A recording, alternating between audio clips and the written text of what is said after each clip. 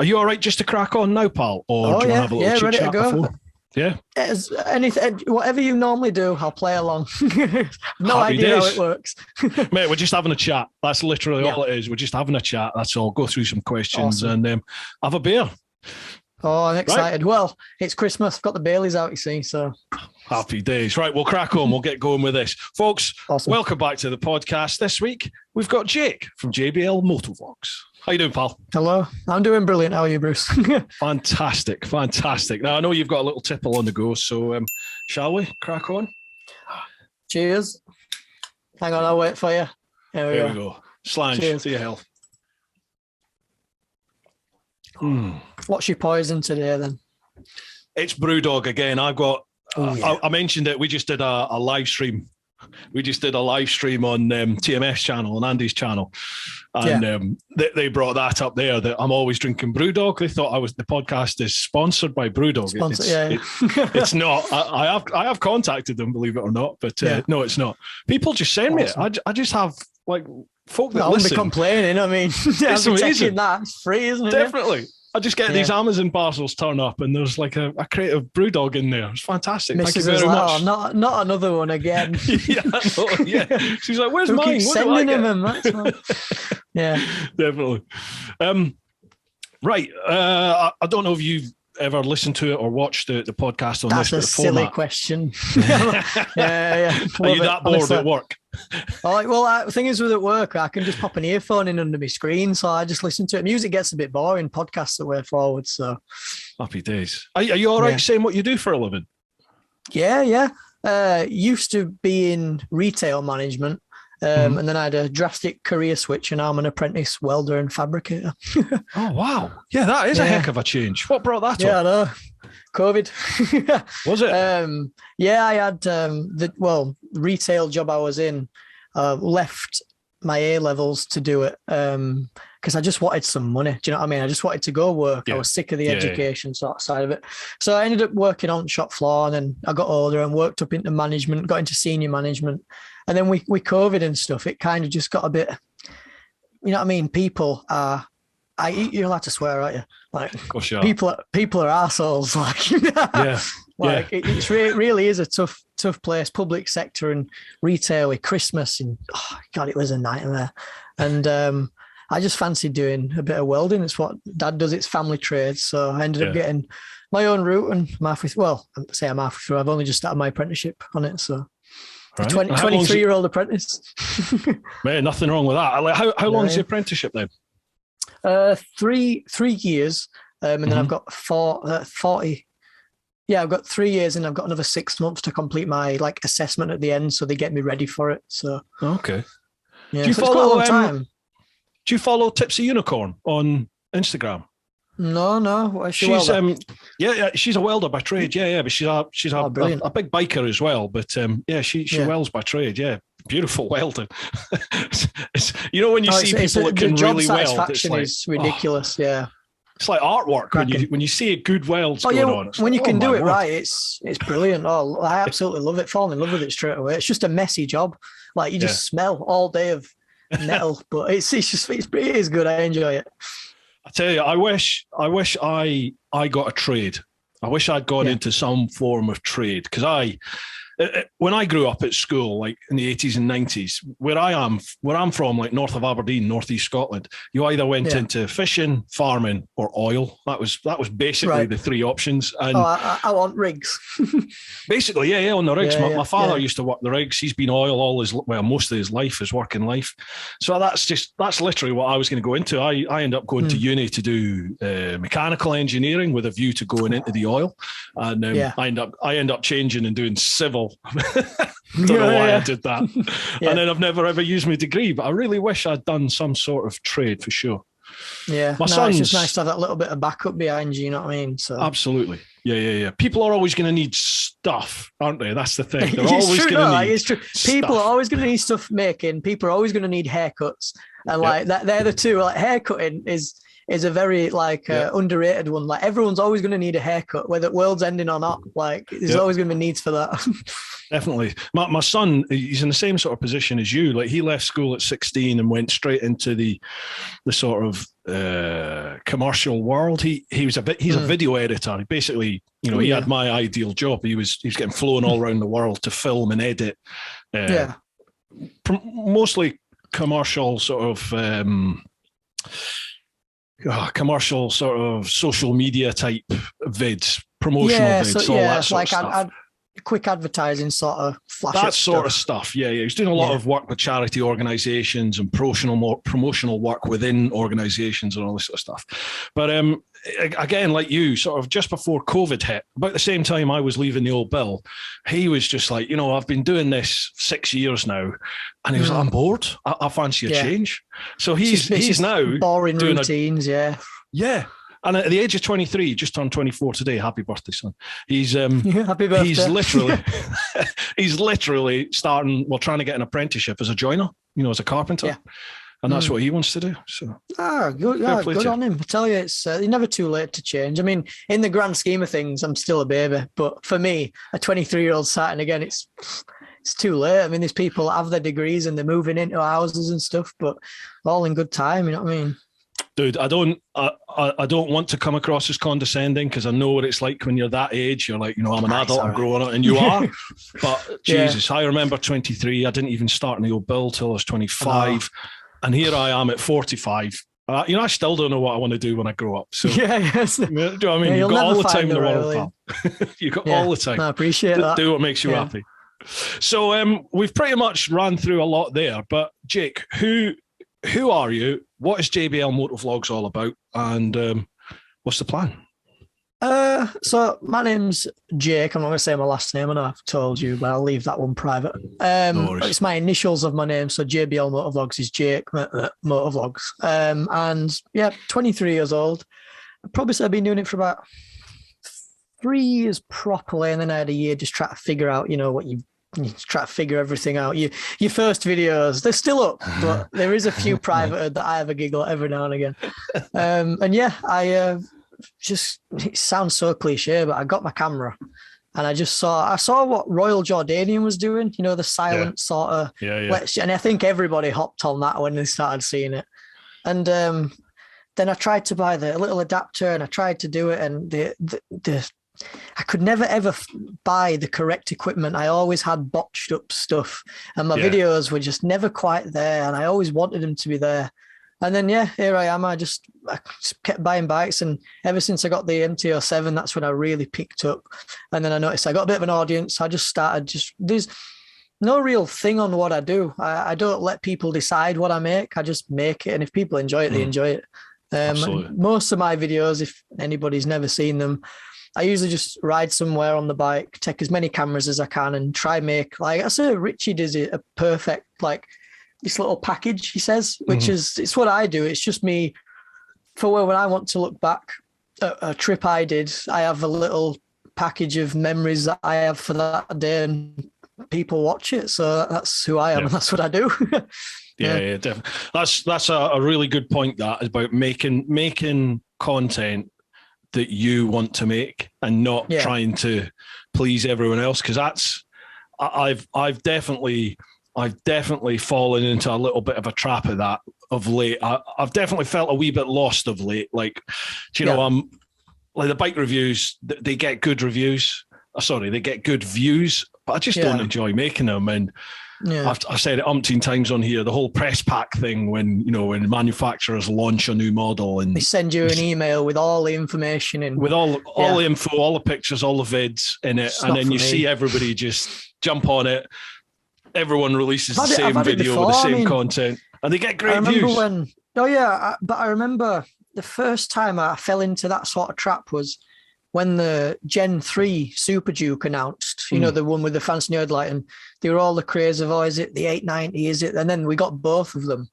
And I made a video talking through it because I knew it'd get views. You know what I mean? It'd get views. I just didn't care. I just, I did care for the bike, but the whole video, I don't know if it's still up on my channel. If it is, I won't take it down, but it was so forced. Like, I didn't enjoy making it, and I didn't like editing it, and I knew what it was going to pull in.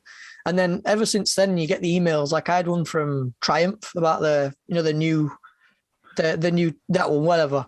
And it's like, yeah, there's so many Bennett's and MCN, they fire on, and it's like, you're just another fish in the pond. What's the point? Absolutely. Yeah. You just do I'll just do my thing and whatever.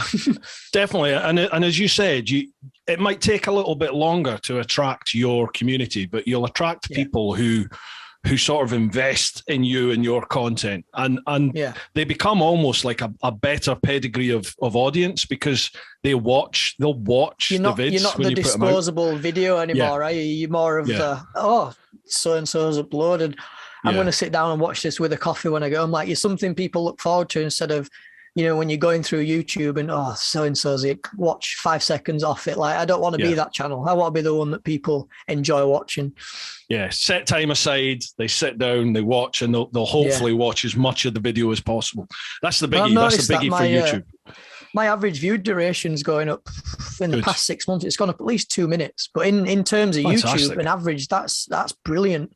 Hence why my videos are getting longer, because I know people are watching for longer. So I just try to keep that consistency of quality through the video, and obviously it's paying off. So nice one. I've been dabbling around with the length of vids, because I've done stupidly long videos right down to as short as I possibly can make them. And for me, I think from my channel, I think the sweet spot is around that sort of 15 to 20 minute mark. Well, ultimately 12 to 15, but I can't really get a trip. I struggle to get a trip vid below 15 minutes, but if you can get around about that 15 mark. So that's the thing. If you really care about what you've captured, I mean, I've fallen into that trap before. It's like, I'm going to have to cut all this stuff out that I don't want to cut out, just for the sake of people. I don't know why you do it, but I've just sacked that off now. I mean, when I look back, I don't want to not remember the stuff I didn't see just for the sake of someone clicking on it in that period of time. Yeah, silly to me. So, do you watch like Casey Neistat stuff or Peter McKinnon stuff? Yes, I love Peter McKinnon. Right. I learned everything from that man. Absolutely, yeah. It's a fantastic channel, isn't it? Really, really good. And before him was, I don't know if do you know Casey Neistat? Have you ever seen his stuff? Yeah, in New York with his glasses and the drone, and then they did. He was like the sort of first one that really vlogging took off with him, for sure. But he's always said story is key, and I'm definitely beginning to. I think I'm definitely beginning to try and focus on that when I create my vids. And that, as you just said, you'll have all this content, won't you, that you've attached all your memories and feelings to, because you remember what was going on. But I tried to look at it from the viewer's point of view. And the scenes and all sorts. But I tried to look at it from the viewer's point of view, in that I'm still working on this, for sure. But when the viewer watches it, they don't know any of the backstory. They just know what's presented to them. So like, if I'm trying to cut stuff out and I'm thinking, crap, what can I cut from this? I try to sort of just think, right, well, what tells the story and what's fluff? And it's hard, isn't it, to try and cut it away? Yeah, I mean, there's times I've been editing and, I mean, you've been out on bike for a day and there's parts of it where you're just chatting shit, to yourself. Yeah. And then it gets through to editing, and you even if I'm watching it back and I'm getting bored, then people are really going to get bored of it. Yeah. And there's sections where I'm editing and thinking, God, I just didn't shut up for ages. And I'm chatting nothing. It doesn't mean anything. It's just there in case I need it. You know what I mean? Yeah. But it's like disposable sort of content, but there is some stuff I've deleted that's thought, what were I even talking about? Like, singing along to songs and all sorts. You forget you're recording. Do you talk in a rhythm at all? Oh, how do you mean? Like, I'm conscious when I'm filming. I'm conscious that I use the jump cut style. So I sort of jump cut through my footage. But I'll know that if I'm having a conversation, if I'm chatting about something, then I'll maybe say 2 or 3 words, and then I'll leave it a minute or two. And then I'll carry on the conversation for another sort of 5 or 6 words. Cut sort of thing. Yeah, just so I can cut it all together. And the screen's constantly changing, like they always say no more than 10 seconds, don't they? So ideally, I tried 3 to 6. I tried that once, and I know a lot of people have noticed it, but in my videos, I tried to have it flow is the word. There's no sudden cuts or changes. Gotcha. I tried to flow everything, even between a jump cut, little stuff like, I pull you edit in Final Cut, don't you? Is it? I do, yeah. So I'd detach the audio from both clips and I'd fade them underneath the jump cut. Yeah. So even in your head, it smoothly transitions. Yeah. But even if there's a jump cut where if I'm going down the road and there's wind blasting and then I go into another corner and the wind it's silent and then wind blasting again, my head's like, whoa, no, let's fade that. And everything flows in my videos. So no, when I'm on the bike, I just don't think about anything. I just do my thing. I enjoy my day, and then I stress in the office. Like that's where I stress. Gotcha. I've noticed that. I was watching some of your vids the other day, and I noticed you use the J and the L cuts quite a lot. What you're saying when you're overlapping audio, audio from like the preceding or forthcoming clip. Yeah, I've noticed you doing that. Yeah. Do you know a very quick way to do all that, to fade the to have the audio transfer smoothly into the transition, next one? Transition. I couldn't remember the word. Yeah. When you detach in Final Cut, when you detach the audio, if you just highlight all the audio clips and then go into transitions and hit, I think it's fade. Is it fade? The first one, the top left one. Cross dissolve. You can. I didn't know you could put a transition onto audio. You can, and then what you need to do is you'll have to individually click. You can just hold Control down, and you can like mass click on them all. But click all those transitions in the audio, and then if you do Control D, that will allow you to alter the duration of the transition.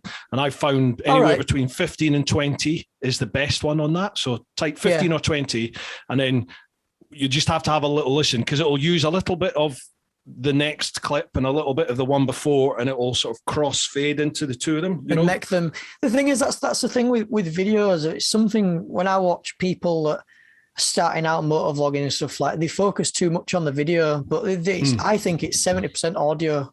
Absolutely. Honestly, if you have terrible audio, not even bad quality, just if you don't focus on your audio, then the video is pointless. You could have a 4K GoPro 10, brand new one, doing fantastic round the track, ND filter looking amazing. If the audio is trash, you'll be straight off that video. Boom, it's done, isn't it? It's done. Yeah. I think Richie Vida, his audio is mint. I've got to go. Yeah. Rich, if you're listening or watching this, I've got to come to you and we'll do a video if you want on how you do your audio. What does he edit in? Do you know? God, I can't remember. I can't remember. So is it Sony Vegas or is it one of them? Might be. The older ones? It could be. They all use something different. Like Rich, Lamb Chops, and TMF. I think they all use something different. I think I'm the only one on Final Cut, I think. Yeah. Yeah. Awesome. But his audio is important. Definitely.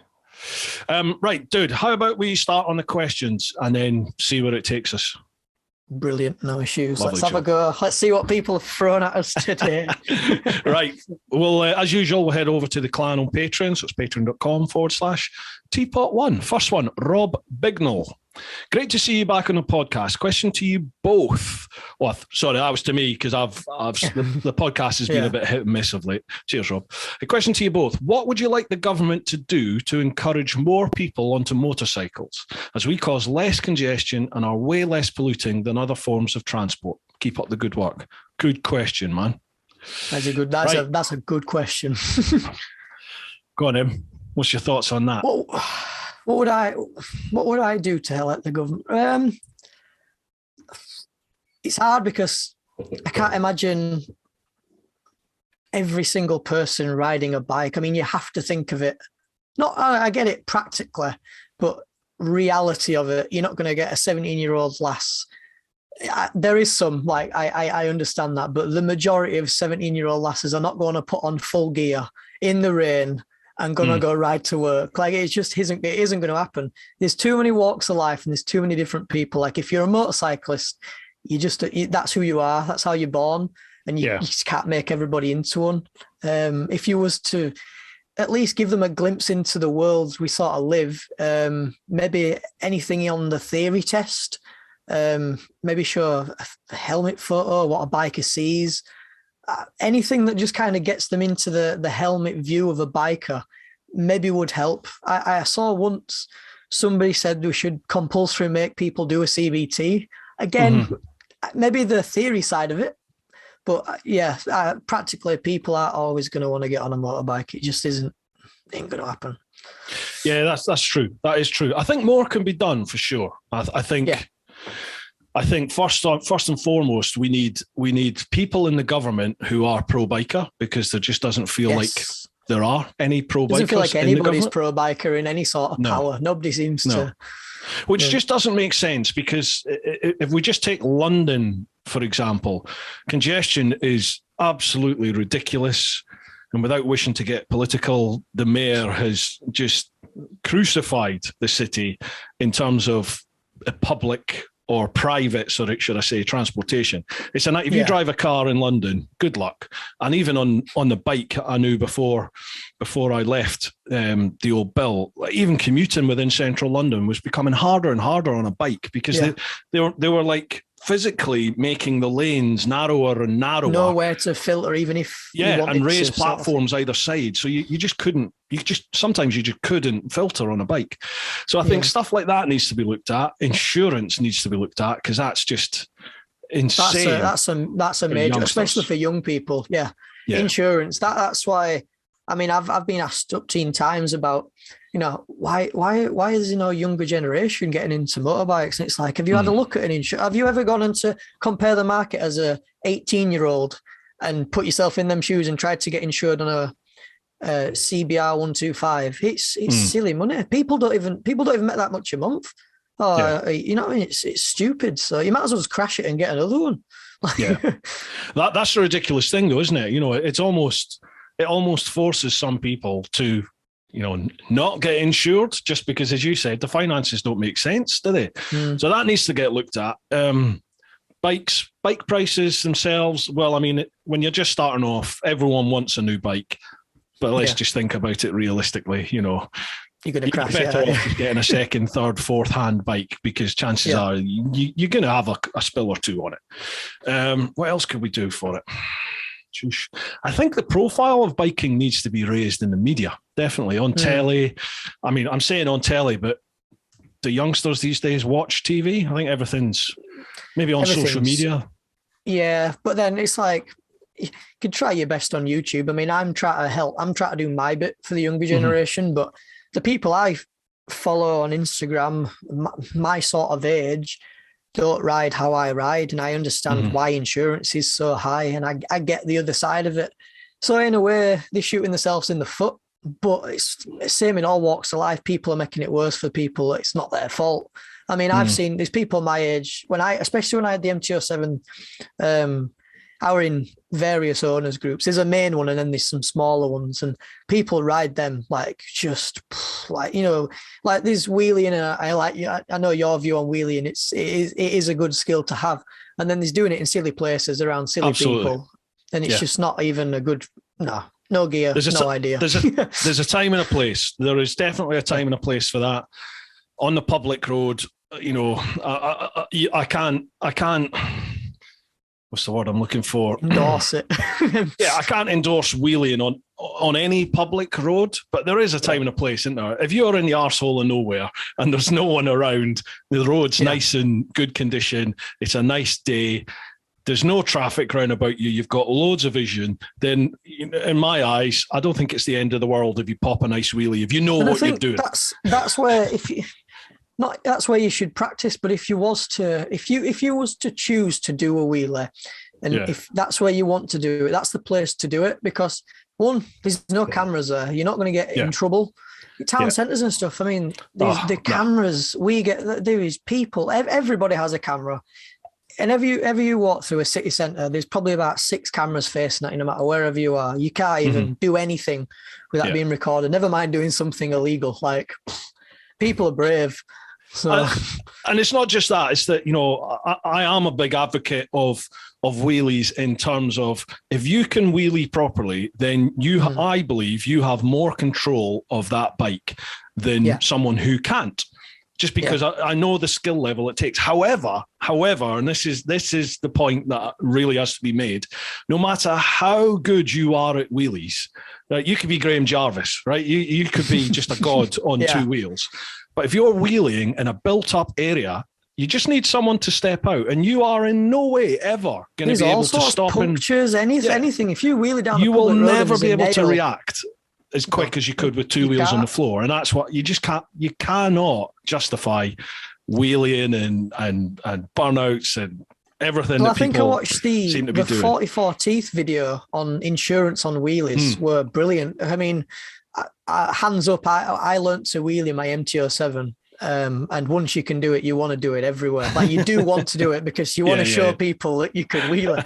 And then I watched the video on, I can't wheelie the new one. I haven't tried. It's winter, but I watched the video on 44 Teeth, and the outcomes of it is you'll never get away with it. And two, the reason in the eyes of the law why it's a bad idea is it does make sense. It's as you were saying, you have no control over your steering. All your braking force is on the front wheel, and it's 12 o'clock in the air. Like you ain't gonna. You've got no control over anything. So, I understand it. We sort of got off topic there a little bit. Yeah, so government encouraged more people onto motorcycles. I mean, it's a difficult one, isn't it? Because as you said, not everybody wants it. But, I mean, what age were you when you started riding a bike? 18. Yeah, 18. Right, okay. yeah, 18, yeah. Right. Gosh, so that's young. That is young. Yeah. I got it because it was, well, it's ironic this. I got it because it was cheaper than a car, but... 5 years later, 4 or 5 years, it's just not as cheap as a car, is it? If you want to make it. It's just not a cheap mode of transport anymore. Always used to be, but any of my hobbies aren't cheap, I tell you. Right. I don't really know, Rob. In answer to your question, man, it's a complex issue, that, isn't it? And like I say, I think to give car drivers a taste of what we go through theory-wise, if there was anything, not just the theory test, I mean, a course. Or I don't know, just anything to make them understand how vulnerable a biker is, really. They see bikers as these iron giants on these things because that's how you have to present yourself to be strong on the roads. But we're not. We're very vulnerable. I mean, there's 3 foot between your head and the ground. It's not a lot, is it, really? Yeah. No, definitely. I think I've got two points of view for the lessons, the licensing process, in that. Okay, I understand why there's the mod 1, mod 2s, and you can't do your direct access until what is it? Is it over 23 now? 24, yeah, 24. So, I understand the logic behind that, but surely if that's the logic behind it, then it should be the same for a car. Because at 17, you can do your car test, and then if you've got the money, you could go and buy a McLaren if you wanted, and just get yourself insured, and off you go. I mean, so I've if you can do that in a car, why can't you do that on a bike? Sorry, I've been asked about licensing before, and it really is just it annoys me, motorcycle licensing, and I'm really glad I don't have to do any of it again, because I've seen it all from 18 to now. I had to do it all. And the amount of money I've spent on the DVLA getting my bike license is just I mean, you'll only get a big bike if you really want to buy a big bike. Like you can't just go and, I'll try motorcycling. Like you've got to be all in, or you've no chance. Yeah. Right. Difficult one. Cheers for that question, Rob. Much appreciated. Right, next one, Mark Fulcher. Oh, God, what's he going to say here? Help me, ducks. Couple of questions tonight. So after watching a programme the other night about the story, where's this going? The story of Freddie Mercury and Queen, it got the old grey matter spinning up. When they put up the tribute concert after his death, and all the huge music icons that played led me to start thinking, if I had to choose 10 bands or artists to play at a gig on that scale, who would they be? So after all that, who would your 10 bands or artists be at a concert of your choice? Oh, that's quite tame for you, Mark. I know, so there's a lot of bands as well, though, you know what I mean? 10, I know, 10. Sure is. Let's go 5, because 10's a lot. Yeah, it is a lot, isn't it? Yeah, 5 each. Trying to think of 10. I was brought up with parents sort of liking a bit of punk rock and 80s rock. So, I mean, straight away, I'd have to have like Guns N' Roses. I mean, that'd be nice. They'd shut the place down. That'd be pretty good. Like say, your Led Zeppelin again. That'd be nice to see live. People that can Motley Crue, people that can sing properly live, like all these sort of bands. And then if I can say like a modern day band, Green Day. I always used to mind Green Day. They were all right. Yeah. Number 5, a 5th band to shut the place down. Who would it be? No idea. I'll stick with them. I don't want to listen to someone I'm not fond of. I'm frantically trying to think of people. It's on the spot, yeah. I really like Paolo Nutini's voice. I love Paolo Nutini's voice, so I'd have him. Jesus, who else would there be? I like Queen. I'd have Queen. Yeah. Queen at their own tribute concert. That'd shock the audience, wouldn't it? It's not just a Queen tribute, is it? It's a concert of your choice. So you'd have. Paolo Nutini, Queen. God, who else do I like? I like a bit of Stevie Ray Vaughan. Do you know who Stevie? I know from Mum and Dad. Yeah, I remember. Yeah, I like a bit of Stevie Ray Vaughan. On a Friday night, try to sleep, just hearing it downstairs. Kid Rock. I like a bit of Kid Rock. Yeah. Who else? I tell you, I used to work at pubs and clubs in Glasgow, and we used to get a load of big bands in the 90s playing in the concert venue. Faith No More. That was a mega gig. So Faith No More as well. There you go. It's funny. It's funny on my end because the music I put in videos is what people think I listen to. Like, I enjoy that music. There's a time and a place, but it's not like I'm sat in the gym listening to soft piano ambient music. Like, it's not what you know what I mean? But there's a time and a place for it. But people, I'll just clarify it. It's not what I have on my Spotify playlist. Who do you use for your music? I use Epidemic Sounds. Epidemic. Yeah. They're good then. They're brilliant for just like, if I have one song that they're all there, that genre, and I can just, I don't even spend that much time looking for a song, straight into that genre. Do you know? Click it and no, I got to bang it in. If it's all right, I can get a feel for it in first 5 seconds. I drag it on and then I'll just make the video fit to the song. So yeah. That's probably one of the longest phases of my editing is music. Yeah. If there's music, I can be a whole day just sat, because I use Artlist and Epidemic. So I sort of got a bit bored of Epidemic, to be honest, and everybody was using it. So it does recommend the same sort of songs, and you start hearing your songs on other, not your songs, but what you use in other people's videos, and it's like, yeah. So I left Epidemic and moved to Artlist.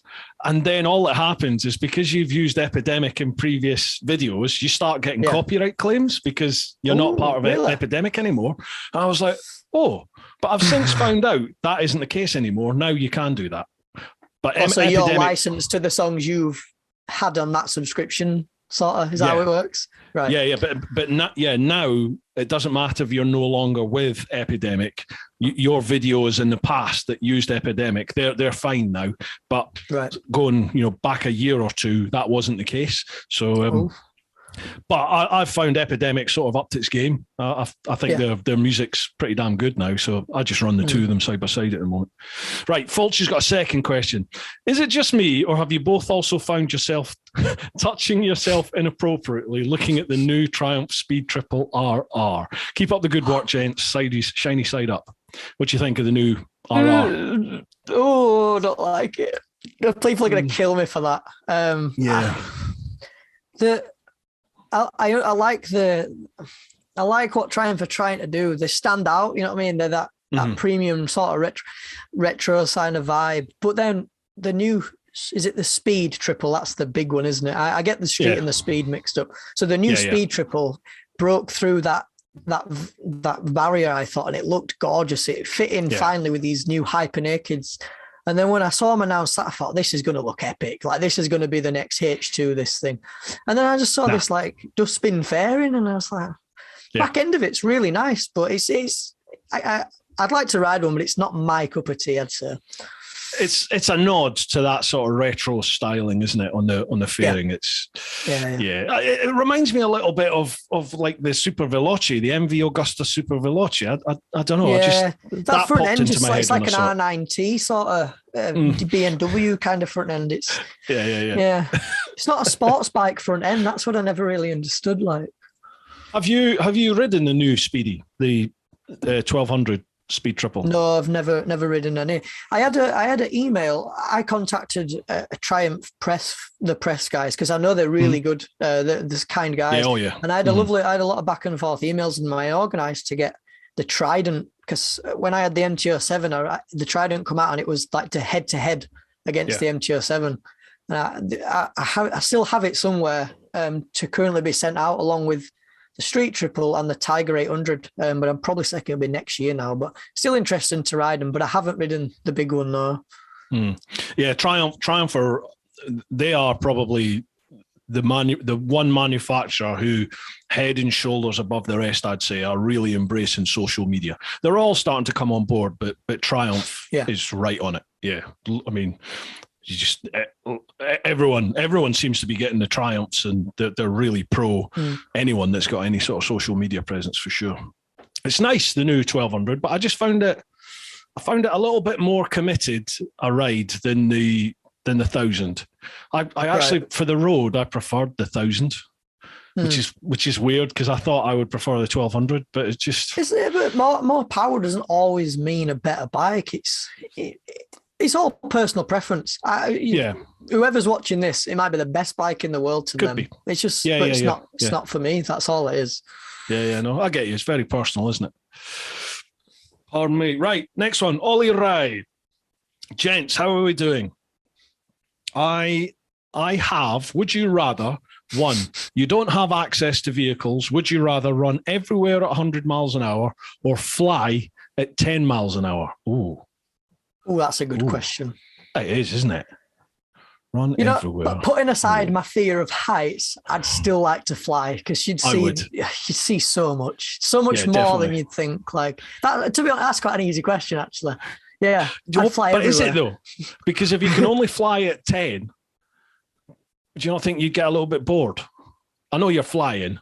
Yeah, because if you were to go home and back, like that would be the same flight every day. Yeah. Yeah.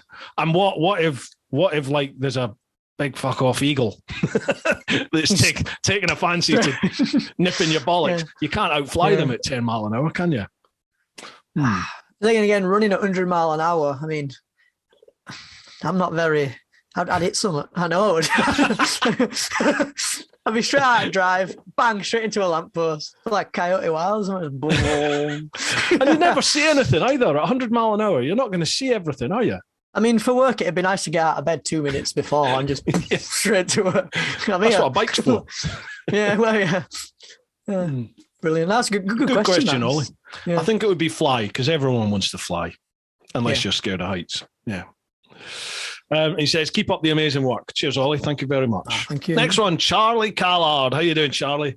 Evening, gents. Hope you're both well. Hopefully get to meet you Sunday, mate. Apologies if I'm like a kiddie schoolgirl, but it's not every day you get to meet your favourite vlogger. Charlie, look forward to seeing you on Sunday, pal. Good man. Are you coming to the NEC, Jake? I'm there on the 11th, so it's a week on Saturday. I'm going on the later. I got it as a birthday present off my father and mum and father-in-law. So brilliant, nice one. Yeah, good. That's that one. Me and our lass straight to there. Nice one. I'm looking forward to it this year. I think some people are going to be put off with this latest incarnation of the plague, but I don't know. Hopefully, it'll be nice and busy. I'm looking forward to just. Almost a semblance of normality. Bike is a bike, because we've been locked in for ages. We'll go see some new bikes. Right, Charlie's question to you both. Right, it's Walking Dead zombie apocalypse time. Shit's hit the fan and you've got to grab any bike and head for safety. What are you riding and where are you riding to? There are boats going to and from off this island to Europe. So what are you riding and where are you setting up camp? Okay, any bike, any place. What you taking and where you going? In a zombie apocalypse, you'd have to go somewhere pretty scarce, wouldn't you? I'd just take my bike and I'd just head north. I'd head up into the backside, the arse end of nowhere in Scotland, just anywhere up there, because there's nobody there. The fact, if you're going to see a zombie, then you're going to be able to take it. You know what I mean? There will be when there's a zombie apocalypse. Everyone's going to head there. Yeah, well, it's a good question, actually. I think I'd still go up there. I'd try find a field with nobody in it. I think if you were to jump on, I think you've always got to go. People say go north, but then if you go south, it's warmer. So if you go north, there's less people. I'd just go north, sod it. Just see where I end up. Take it as it comes. You know what I mean? Yeah. Right. I'm gonna put a sensible head on here. Right. I am gonna go south because if you go north, what in the winter? In the winter, there's going to be less things to hunt. Yeah. You're going to be confined to some sort of location. Like if you build a shelter, you've got a shelter to stay warm, and you're going to have a lot of food in reserve for the winter, aren't you? So therefore, you're stuck to that location. You're easier to find. If you go south, you can roam around. You can be, You can be a bit of a mainland. Would you go into Europe, or would you stay? No, I'd go into Europe. I'd want to be south. What about Isle of Man? You take a trip to Isle of Man, you'd be all right there. Yeah, but that's bleak. That's bleak in blooming June for the TT. The only thing is, if you go into a small island, like, you're screwed, aren't you? Really, because there's no way off it. Everyone. No, exactly. Yeah, south's not a bad shout. I want a big landmass. I want somewhere where there's lots and lots of animals. Somewhere that's near the sea. Somewhere that's also built up a big sort of access to a big city, because big city's going to have loads of shitty food that won't go off for about the next 5,000 years. Just go to Hull. Go sit on Humber. You'll be all right. Where would I go? I'd go somewhere like the south of Spain, somewhere down there, I think. Oh, yeah. It's hot, it's warm, it's built up. You can get up in the mountains when you need to. There's great roads to enjoy. Some good vantage point. See the hordes coming your way. Yeah. There's lots of fire tracks in which case, if I'm doing that, everybody is going to hate me here. But I'm going to take the GS because I can go off-road on it. I was thinking that in the first place. Like, you've got the off-road capabilities, you've got the long miles, big tank. It's the perfect bike for a zombie apocalypse. It is. And then again, if you wanted to, where the crash bars, like, put spears on it and just... There you go. Straight through people. I would have said the KTM Super Adventure S, but it's KTM, it's going to break down, isn't it? So I would rather have a little bit more reliability. The thing is, though, the noise on that KTM would attract undead. It would wake the undead, and it'd be. You've ridden the Super Ducar, haven't you? I have. Oh, what a bike! Yeah, I haven't ridden it properly. I got a test ride on it. It was just I was out with a chap who had one, and he wanted to ride the 07, and I had a little bimble around lakes, but I'm yet to take it out for like a full day on the road. I really can't wait for it. It's like built for me, that bike. It's how I want to ride. Is how it rides. Yeah. It rolls out the child in us all. I want to try and get one for a bit of a long termer if I can, because I love that bike. I absolutely love that bike. Yeah. It put a smile on my face like I've not had in a long time from a bike. It was mint. Loved it. So what bike would you take then? I'd just take my bike, honestly. My new bike is still, I'm in a honeymoon period. It's the best bike in the world right now. as they all are when you get a new one.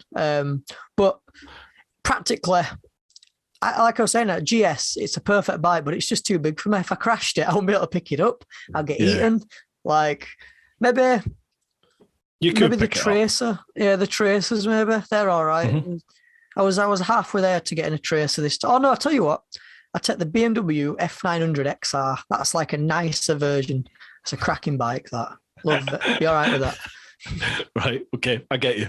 Nice one, Charlie. That's a good little question, that, mate. He says, as always, keep up the amazing work as it helps these night shifts immensely. Cheers, Charlie. Glad you're enjoying it, bud. Good man. Pete English. There we go. Oh, no. Hi, guys. Hope you're both fitting well. My question, if you had to send a photo or video to all your friends and family, but they could only see it once, what would it be? Oh, wow. A photo or video, and they could only see it once. Wow. It's non-bike related. It's just in general, isn't it? Just anything. Yeah, anything. I'd just send a minute-long video of all my wheelies to my mum. And just be like, I ride so safe, but you'll never see this again, so just take it with a pinch of salt. I think I would send, and I've done this, I would just have a picture of me at the Eurotunnel with my passport, and that's it. Yeah. Bosh. I'm heading off. World's your oyster. Keep them guessing. Yeah. Nice one, Pete. No, I'd scare living crap out of my family. I'd just be like, one to girlfriend, one to mum, and one to grandma. Wheeling to your heart's content. Yeah. What about traveling? Any aspirations to travel? Traveling, yeah. Before it's all COVID, isn't it? Before COVID, I was very close to booking a trip around Europe on the MT-07 with my dad, a couple of his colleagues and stuff. We just never pulled the trigger on it, obvious reasons. But as for next year, sort of short-term things, instead of doing these longer trips, what I usually do with my holidays, because I work, I have to balance my time off with family holidays, biking. You know what I mean? Like, I can't just be selfish and take all my holidays for motorbiking. So next year, I might just start doing weekend trips, longer weekends maybe, because I finish on a half day on like a Friday. So we'll set off on Friday, summertime, down to Wales, maybe down south. A weekend, it's a cheap weekend. You see a lot. I don't mind doing the miles. So I probably just explore as much as the UK as I can. And then maybe, like I say, I've stepped down in wage. So until finances improve, that's when I'll start probably going abroad and stuff. So got you. I think a lot of people for sure seem to almost, they put a mental block on long distance travel on a bike. They're just like, I can't do like 400 miles in a day. I can't do that. 500 miles. Bollocks. Of course you can. If you take the mindset that, okay, I want to go to Wales, or I want to go to Scotland, or, I want to go to this place. But in order to do that, I'm just going to have to sacrifice half a day or a day. Just get there. Yeah. You can do it. You just jump on the motorway, boom, you'll get there. Set off earlier and get there later.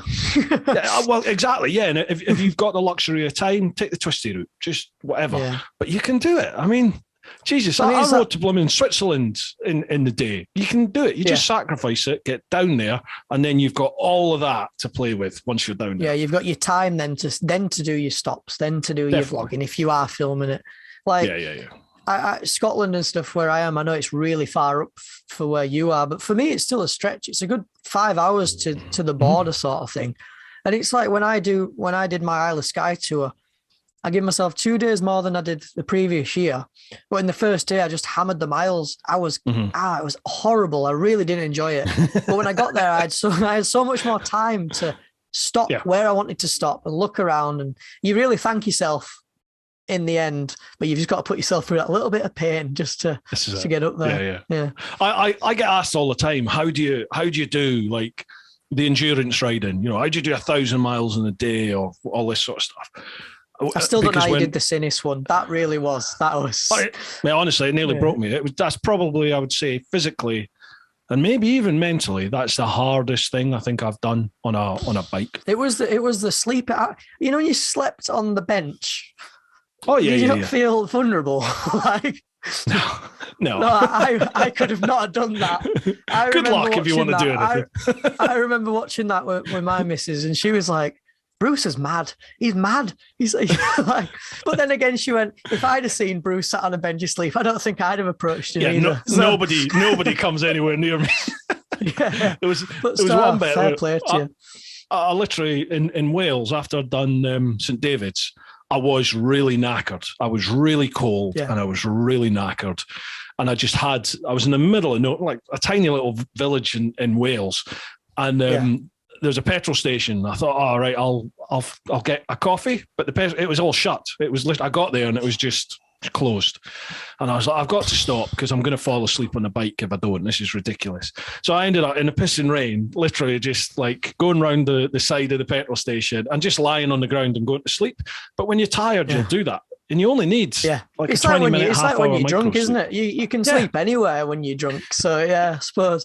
And you don't care about the consequences or who finds you. You just want to go to sleep. Well, yeah, I mean, what's the worst that could have happened? Well, somebody comes along and maybe tries to rob you or something, but a good fight will keep you warm, won't it? So no, I mean, I try to see the good in everybody. I know that could be a little bit naive at times, but I do try to see the good in everybody. Most people out there are, when push comes to shove, most people are decent, good people. They are. They agree, are. I totally get what you said at the start about, people can be arseholes. They totally can. When you're a public servant. Yeah, in the right circumstances, but people are nice. Yeah. it's contradictory, but yes, they are. Yeah. You know, when you find yourself in a time of need and you're in genuine need, the vast majority of people out there, I think, recognize that, and if you need some help, they will do what they can to help you. I would say most people. It's like when you're stuck at the side of the road with an issue, and people, how many people do you get to stop? And you're all right, bud. This and over. Yeah.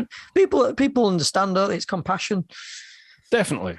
And I've said this on this podcast before. I met a chap in Japan who totally came to my aid, Pete Wilkinson. Awesome geezer.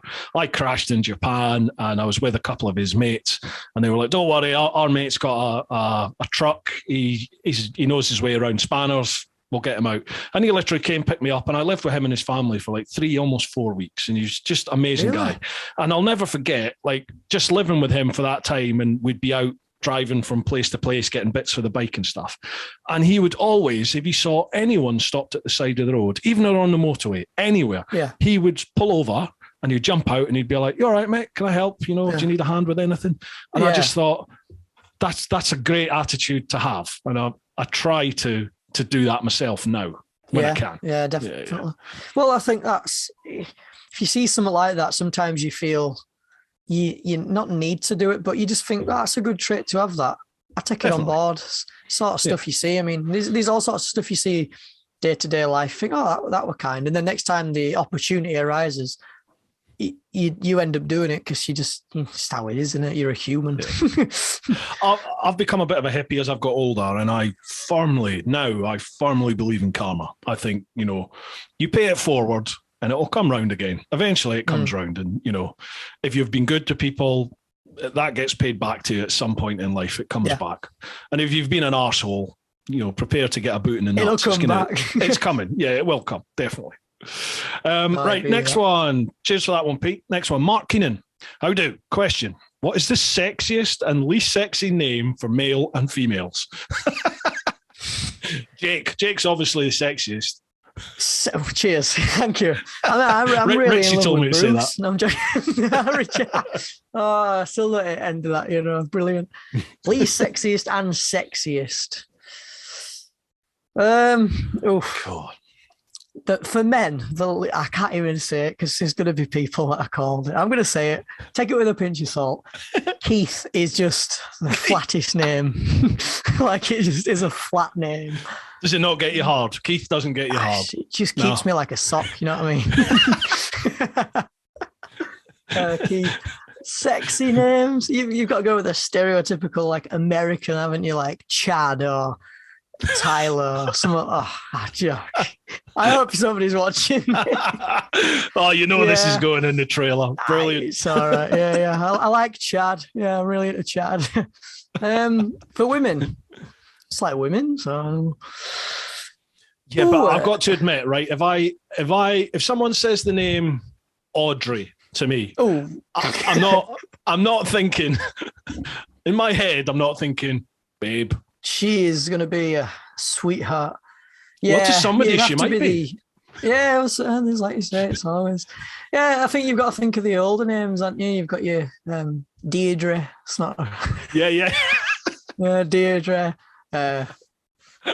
What's the other one? I had a lady live next. Edna. That is not a sexy name. No, it's not, is it? No offense to anyone that's named like. I know. I tell you what, if the chances, if somebody's watching this, a lady called Edna, then fair play to you. Send your pictures to Jake and he'll. I'll share them on my Instagram. In fact, I tell you what, hand on heart, if there's a lady called Edna watching this, I will find where you are, come to your house and take a photo with you. Because that is a very rare. Wow. Yeah, I know. Yeah. I don't know if it's sexy female names. Of course, sexy female names. Oh, I mean, my current crush at the moment, I've got two. There's Noel Best. Do you like Black Rifle coffee? Never heard of it. Right. No, one of the guys that owns Black Rifle Coffee is a guy called Matt Best, and his wife is a lassie called Noel Best. Beautiful. Ooh. Absolutely stunning. And then there's a CrossFit lassie called Del Spiegel. I think her name Denny Spiegel, or I think it's Del Spiegel is her Instagram tag. I think she's lovely. She looks like she'd kick my arse. It's a different name, though. Yeah. 7 bells are shite. Yeah. No, yeah. Any female names are all right, to be honest. Modern ones, they seem to be all right. Yeah. No, yeah, I can't really think of names that light the fire. Just names when somebody says them, but I can think of a few that don't light the fire. Alexandra's not a bad one. That seems to flows. Like you've never seen a really bad looking Alexandra like that. So it's just when you call them Alex, like it's like I don't. Yeah. No, don't be sexist. You're not allowed to be sexist in this day and age. Come on, you're a dinosaur. Get with the times. Cheers for that, Mark. Nice one. Mark is the top box guy. Have you seen the posts where people that make these little? Well, he's the guy that makes the dividers for the top box. That top box divider man. Is that the one? That's it. That's him. That's him. Yeah. Top man. Next one, Adam 86. Hi guys, hope you're both well. Really excited to see this one as I'm a big fan of you both. Cheers, Adam. 2 questions. Firstly, Jake, as someone who's been through the newest motorcycle test, how did you find it? Do you think it's overcomplicated, or is there any benefit to the A1, A2 scheme? Were you ever put off, and do you think it's stopping younger people getting into motorcycling? Ooh, we sort of touched on that, but yeah, we kind of covered it. I'd say being through it from the start it's expensive. It doesn't need to be that expensive. That is the main part. And I understand you rent the bike. I understand why it's expensive, but it is expensive for people that age. They need to think of it like that. The system itself, CBT, there's not. I enjoyed the CBT. It got me into biking. I understand that. So that's a very good thing that we do is a CBT. Maybe I think learner licenses should have a bit more power than a 125, maybe a 250. They are very, very slow, I think, especially when I rode the Sinis as well. Like, I enjoyed it. I really enjoyed it, but it's underpowered. Going back to it, I found myself in a dangerous situation sometimes where I remember my 390 would have probably got me out of them situations. Back to the licensing, A2 for your restricted license. Mod 1 and Mod 2 is fine. You get the off-road experience, the on-road, it's like a car. My issue with the current licensing system is for somebody that's been on an A2 license for 2 years, who has done the Mod 1 and Mod 2, to then go ahead and have to do it again for the same price on the same bike without a restrictor just to get their license is beyond me. I don't understand. Like, is that what you've got to do? It's exactly the same test on the exact same bike without the restrictor on, exactly the same, and you've got to pay all the same fees just to get your test, just to get your full license from your A2. That just screams a money-making scheme to me. That's all that is. That's exactly how I think. There's no logic. Like, I've been riding motorcycles since I was 18, so by the time I'd come round to do my full A license last year, I'd been riding 4 years.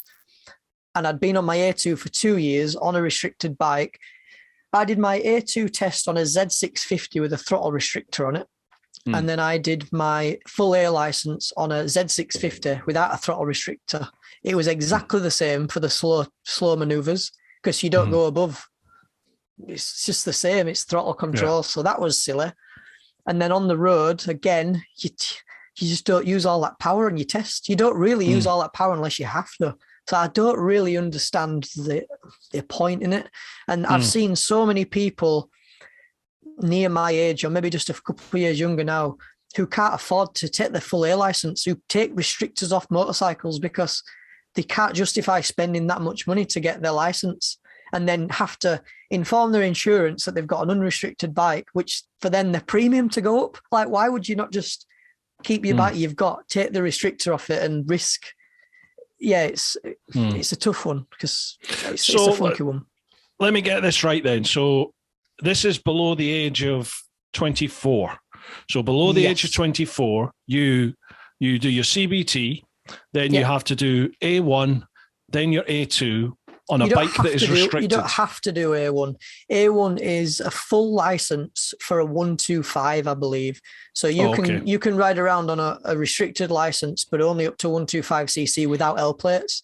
Right. It's a pointless license. Yeah. In my opinion, you might as well just go straight for your A2, which I did. But yeah, sorry, you can carry on. So A2 is what is it, below 650cc, and it's got to be restricted? It's not in cc, it's in horsepower. So it's like below 47 brake horsepower. Yeah. And if you were to restrict a bike, you can't restrict every bike, because I was like, I'm just going to buy an R6 and throw a restrictor kit on it. It has to be something like 94. I have no idea. It's like 94 horsepower per kilogram or something. Right.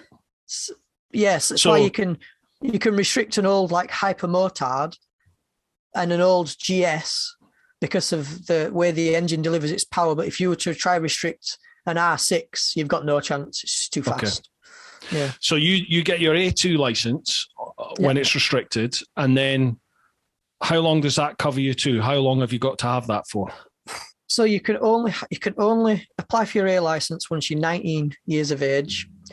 Then to apply for your full license, you have to have ridden your A license for 2 years.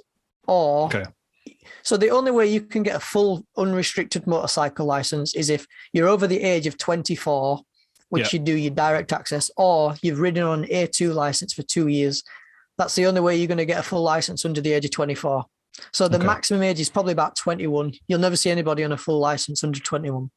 Right. So if you're 21 years of age and you've been riding on an A1 license with a restricted bike, you then have to do all that again on a full.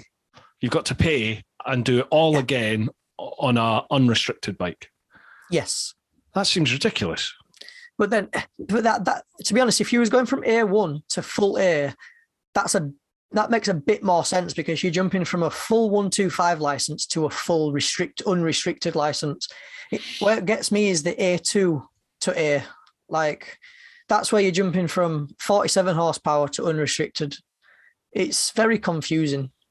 Oh, sorry. Yeah. So I got A1s and A2s mixed up then. So yeah. So where were we? Yeah, 21 years of age. You've ridden for 2 years on an A2 license on a restricted bike. If you then want to go and buy yourself a Gixxer Thou, you have to get your full do your testing license, and you've got to redo everything on a unrestricted bike. Yeah. That seems crazy. What's the point of the 2 year sort of probationary period then? I've no idea. I had my MTO7. Well, I had my A2 license and I got a Duke 390. Rode that for 2 years, maybe a year and a half. Then I got my MTO7 with a throttle restrictor on it. I was like, I've got another 6 months and I'll go straight in for my full license. COVID happened. I went in for it. I failed it. I can't remember why, I think. And then the waiting list was silly. So it was like, there were a couple times, so I won't say it, but I'll let you, I experimented on a private road without the restrictor on, just because I couldn't wait. You know what I mean? I've been on my license for this long and I'm like, why do I have to do this again just to take this little plate off? So I tried it on private roads and I was just like, I have to get my full license, but to pay all that money again, I mean, if you want to know the prices, I mean, for a mod 1, it was £245 for the bike hire, a morning of training and the test fee. And then for mod 2, it was £295, again, for a morning of training and the test fee and the bike hire. So you're paying what, £600 twice? That's a lot of money. And to apply for your full license, you have to have a bike-specific theory test as well, which is different to your car test. That's right. Yeah. I mean, another £26. What's the point of the 2 year probationary period? I would have thought if you do the 2 year probationary period, you don't have any accidents and you don't incur any penalty points, then in my mind, it's like, well, you've served your probationary period. You've proved you're not a twat. There you go. Boom. Maybe have one final, like, cursory examination, just do like it used to be, round the block, off you go. The solution to it, I thought, was leave it up. So you do your CBT, you do your A2 to get your full access to your A. Why don't you just go do like another CBT, but on a full license bike? Maybe don't make it £500. Maybe make it that £100 day course, just a refresher on just be like, right, you're on a full bike now. You've got all this power. Nothing really changes to what you're used to. Just don't twist the noise tube as much, like just whatever. and you'll be all right, which is exactly what I thought. When I took my restrictor off my MT-07, everything was exactly the same until I got on the twisty roads. Everything was the same. The weight was the same. It was just the same bike. I just don't really understand why I had to pay all that money to unlock my own motorbike. Yeah, that seems crazy. That, I mean, I think what you just proposed there is the ideal solution, really, and it will undoubtedly encourage more people to progress from your A1 license through to the big license, the main license, for sure. And as you said, 1,200 quid as opposed to 600-700 quid. You 600-700 quid wins all year long, doesn't it? Surely. Well, it's finances, isn't it? You're going to pick the cheaper option, aren't you? I've known people I've ridden with in the past, not friends, just people I've ridden with in groups, that because of how confusing the whole system is, even insurance companies can't keep up with it. I've known people that have been insured on. I went out with a guy who was insured on a Hypermotard 1100, non-restricted, on a full A license, because the back of his license said he had a full license, but it was a full restricted license. So he was allowed to be insured on the bike, but he wasn't legally allowed to ride the bike. It was just, even the motorcycle specific insurance companies still cannot keep up with the licensing system. That's crazy, isn't it? That is crazy. It definitely needs looking at for sure. And so I think it's too stringent for sure. I think, as we've just highlighted there, that's probably a good little solution. Right. Topic there.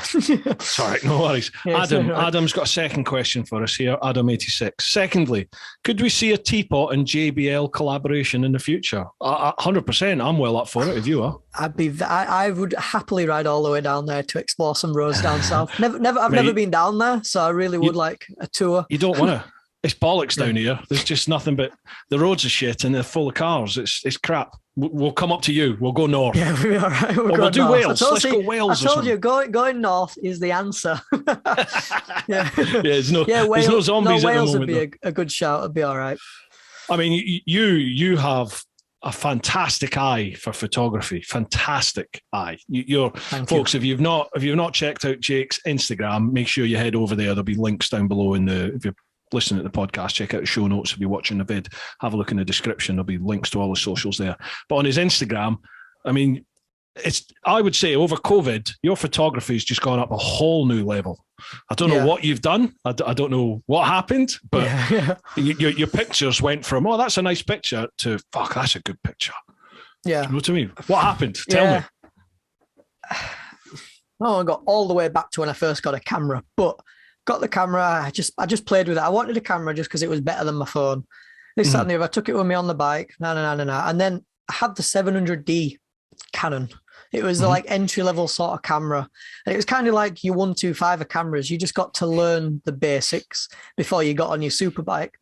And I thought, which one's that? I've been eyeing that up. Yeah. What is it? I think it's the 650. Yeah. It's 650D, I think. 750. 750D. Does that have the flip out screen and the kit lens on? It does. That's it's kind of exactly what I had. Well, I got the wider lens on this one. Yeah. Yeah. I had before I got, and then I saw a post of a chap who lives in Leeds. Very, very small. He was just a wedding photographer, and he had a Tracer 700, and the clarity of his photos, I just could not recreate it. I just thought, I need that. I just need that. Like, you just want something. So I messaged him. I was like, what camera? What do you use? And he's like, I use a 5D Mark III. I thought, God, that's expensive. Jesus. Yeah. And then I thought, sod it. So I went on a used website and I picked up a 5D Mark III, and I went back on McKinnon's channel and I looked over camera basics, 1, 2, 3, 4. Got no else to do. So, and then the Canon, it came, and then I bought a lens for it because when I were in retail, I won half decent money for my wage. You know what I mean? For my age. So I bought a pretty decent lens. I got a 24-105, and I just started snapping photos of nothing. But where the magic come in was I spent so much time learning Lightroom. Like you can take a photo of the bedroom behind me or wherever I am, and if you can edit it right, it'd be a cracking photo. But when I snapped the first photo, I have that clarity. I've got that raw to play with, the color. And then I just watched so many YouTube videos on color science, and I don't know why, it was just something to do. And then once the bike came involved, it was like, oh, okay, then we're all right here. We put two and two together. So well, it's paid off then, man, because your Instagram is shit up. Thank you.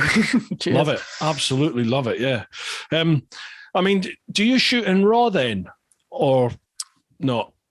Yeah, always. No matter how big the file sizes will ever be. I've shot in JPEG before, and there's no range to anything you edit. You've got the slider's this long. In JPEG, you've only got about this much adjustment. This means nothing. Like, if that's one tip I could take to anybody, is just shoot in RAW. You can take a dark image or a light image, and if you shoot in RAW, it's captured everything. So you can change whatever white balance you've taken it at, just change it because you can. Whatever exposure it's at, you can change it because you can within reason. You can do so much with it, and that's just is what it was. Just watch Peter McKinnon, you'll be all right. It's amazing, isn't it? I watch people like Peter McKinnon, and then in my head I'm like, that is the sort of quality of video I want to create. And then I find myself like in our little niche here on the bikes. Well, you're using GoPros, aren't you? You're using the GoPros most of the time, or Insta360s. And I'm just like, it already takes me way too long to edit a video. And then a few times I've tried to not color correct. Yeah, but I've tried to maybe tweak the coloring a little bit, chuck in some sort of my own little LUT in there. And it just takes so bloody long, and it ends up just looking shit. You can say, if you ever find if you ever do on Final Cut, if you ever make an edit of a GoPro and you think, oh, it looks all right, that, you can save your own presets. I don't know if you knew it, but I have one at the minute where I've been trying to figure it out for ages, but the kind of look I have on my Instagram, I've been trying to recreate it on my videos, and I could never do it. I have this like flat, dark look, and I really like it on my Instagram. My videos, for me, are just too colourful. I don't like it. And I finally figured out in Final Cut how to do it. So now every video, slam it on, and now I have this like joint package of, there's my video, here's my photography. You can tell it's by the same person, which I've been trying to do for a long time, but yeah. Oh, nice one. You'll need to show me how you do that. I'll show you the histogram. It's all in the histogram. That's it. There's no color playing or anything. Oh, you're purely going off Instagram. Oh, there is absolute. That's everything you've ever seen on my Instagram lately. There's a little. I'll just tell you. I don't mind. Take the saturation out and just whack the shadows and bring it down, and then it gives that like flat, faded but dark look. And I have it on anything. It's why sometimes the photos from my phone as well look like my camera photos, because I just whack the same preset on and it just does it favors. So yeah. I'll show you. I'll send you a screenshot of the histogram, and I'll give it you. If you try it, you'll be like, oh, that's how it does it. I normally whack. I normally like to go quite heavy on contrast and saturation. I quite like to go for that. The thing is, when you go heavy on contrast, is it just turns everything black and everything's very harsh to look at. Whereas you can do that, but once you turn the shadows up, it softens it out for your eyes. I'll show you afterwards. You'll be all right. Right, you're on. Yeah, maybe we can do a little vid on that then. We could do a little vid on picture and video editing. I've tried a couple of videos on how I edit photos and stuff, but they got like 200 views. Honestly, nobody wanted to watch them. I even did one on how I take photos, but people are interested. That's the thing, isn't it? Is that you're establishing yourself as let's say a motovlogger, same sort of niche as me and all the others. You're not doing so much of the bike review type stuff, but your trips, and it's a motovlogging channel, isn't it? And if you just take a step outside of that, get shut down. Good luck. That's how it is. Yeah. They just go dead in the water, don't they? I've done a few when I've had the odd little crash here and there, and I've not been able to ride, or I've not had a bike. I've done some sort of traditional vlogs, with my family. I've been away with the wife, and I've had cousins, my little nephews come down, and nieces. We've gone away and done stuff, and I've made little vids around it, and I've absolutely that is what I really enjoy doing. Yeah. They don't get any views. Nobody watches them. It's a shame, isn't it? Yeah. It's like Richie did with his lockdown songs. It was brave. You know what I mean? That was kind of him saying, my channel's what I want to do.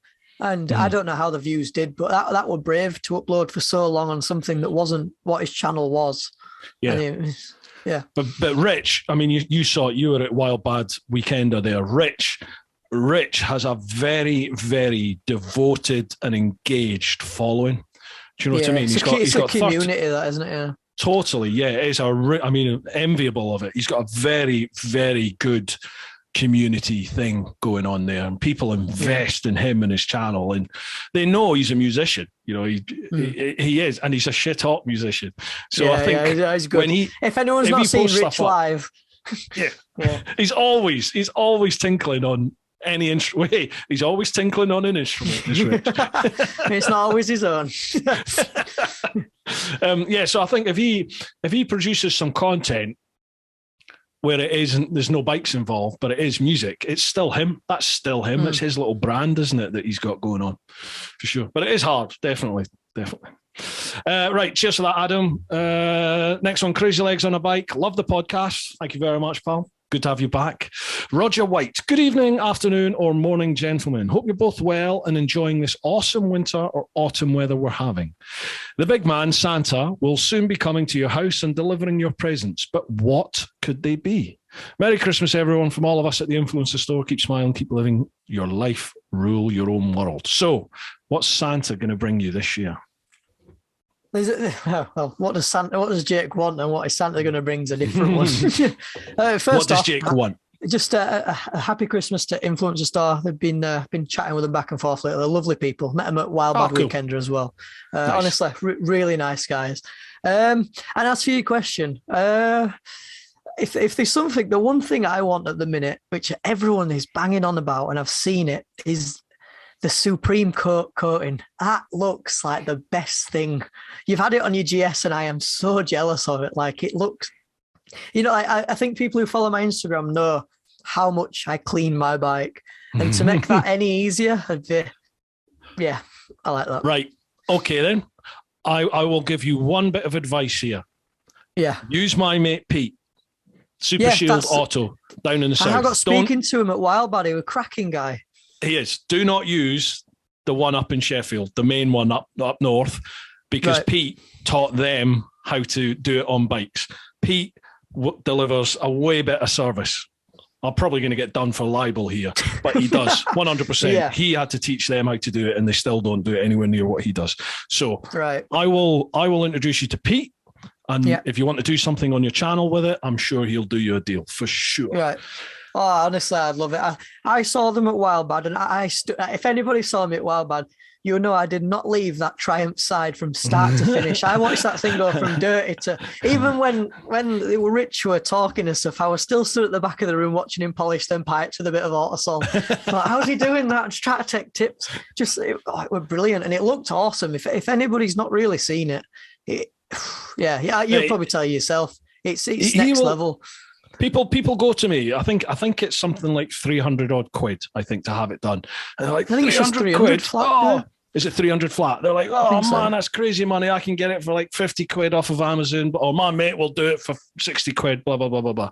Nah, there's nowhere else in the world that will put that actual product and do it to the level that Pete does. He spends like easy at least 10 hours. I mean, with me, he was well over 12 hours on my bike. He literally takes the bike, dismantles it, and then cleans it within an inch of its life. It's a proper detail that the bike gets. And then he applies this stuff to everything on your bike. I mean, I am well known for abusing my bikes. I don't clean them. Yes. I used to clean them once or twice a year. I think cardinal sin. Yeah, I mean, and this one, I was always riding it, so there was never a time when I had the time to ride it because I was riding it every day. But sorry, never a time to clean it because I was riding it every day. But with this stuff that's on it, this Super Shield stuff that is on it, I mean, literally, when I clean it, it used to take me 4 or 5 hours. Now it takes me, I would say, an hour all in. And the bike is like showroom. I mean, it's literally showroom condition when I'm done. and all I do is snow foam it, give it a quick wash, dry the thing off. That's it. That's pretty much it. Yeah. No, I'll be definitely I'll introduce you. Look into that. Yeah, oh, brilliant. Thank you. No worries. Right, so you want the ceramic key type coating, hydroscopic coating. I want a GoPro 10. I just want the Hero 10. Listen, Anna, never mind. I want the GoPro 10. Yeah, I want to try it and see if this new processor sorts the audio out, because I'm you have a lot of issues with audio. I've never had one. Maybe one or two. When it's always been when I'm always on tour. It's never when I'm just up road filming a video. It's always when I'm X amount of miles away, and it's that crackling sound. Maybe sometimes. Have you ever had the one where I have the 7? I still use the 7 black because now I figured out how to color correct it. I can make it look all right. But yeah, the one where you're recording sort of your audio carry on, it sparks, like the screen goes pink for like half a second and it just freezes the rest of your video. I used to have it all the time. That's the one I get a lot, but yeah. That's why I moved to the 9, because I was getting that all the time on the 7. It was just freezing, or the audio would just mute. I would get the crackling, but it would just mute. And I've done a vid which probably I would say 9 times out of 10 solved that. It's to do with the settings, the audio settings within the camera itself. Yeah, I'd watch that. I'd put that in. I never got them after that, so I thank you for that. you can still, the actual physical connection between the audio adapter and the camera, that is probably the biggest vulnerability with the 7 and anything below the 7, because its speed, the wind turbulence will make that connection move. And when that connection moves, that gives you the crackling noise. Right, so it's the wind flowing through the electrical connection that. If the alteration to the settings that I tell you about in my vid, if that doesn't work and you're still getting it, it's a physical movement of the cable. So I don't know if you've seen. I've got these they're basically the silicone ear putty. Yeah. I use them on tour. They're fantastic for waterproofing. Yeah. And they help to stabilize the connection in your camera as well. Right. But I moved to the 9 and I still get the odd issue with audio in the 9. And it's, if that 3.5 mil, because I put that straight into the back of the media mod on the 9. Right. If that, some mics have got a nice solid connection, and others it's quite loose. And they're usually usually they're the more premium ones though. Like honestly, if you buy a decent mic, it'll have a decent connector, and you get the cheaper Chinese ones and they snap and they're cheap material. I've got the Rode Lav Go with 50 odd quid, and that connection is quite loose. Whereas I've got like a cheap sort of 8 quid one off of Amazon, and it's got to be TRS, isn't it? It has to be TRS if you're using a GoPro for motovlogging. Sure. It's got to be TRS. So don't get one that's got 3 bands, get one that's got 2 bands. Oh yeah, it's got to be the 2, hasn't it? Just the one that's mic, no. Yeah, that's it. That's the one. And if that's a nice solid connection, you're all right. But I still put the putty around that just to try and make it a bit more weatherproof, but just solidify it up. I still get every now and then, and I don't know why it happens, but I still get the odd sort of muting of my audio. So I'll have the camera, I'll have the video, but there's just no audio at all. It's just muted. So when you're on tour, like when you're doing the Canary ones, do you leave your GoPro on all day, or are you one to just I see something, start recording, turn it off? Yeah. But when you do that, does the GoPro turn off, or does it just stop recording but yet stay on? I have the one touch record activated on all my GoPros. Yes. So it's basically on standby, isn't it? So I don't put a battery in till I'm setting off.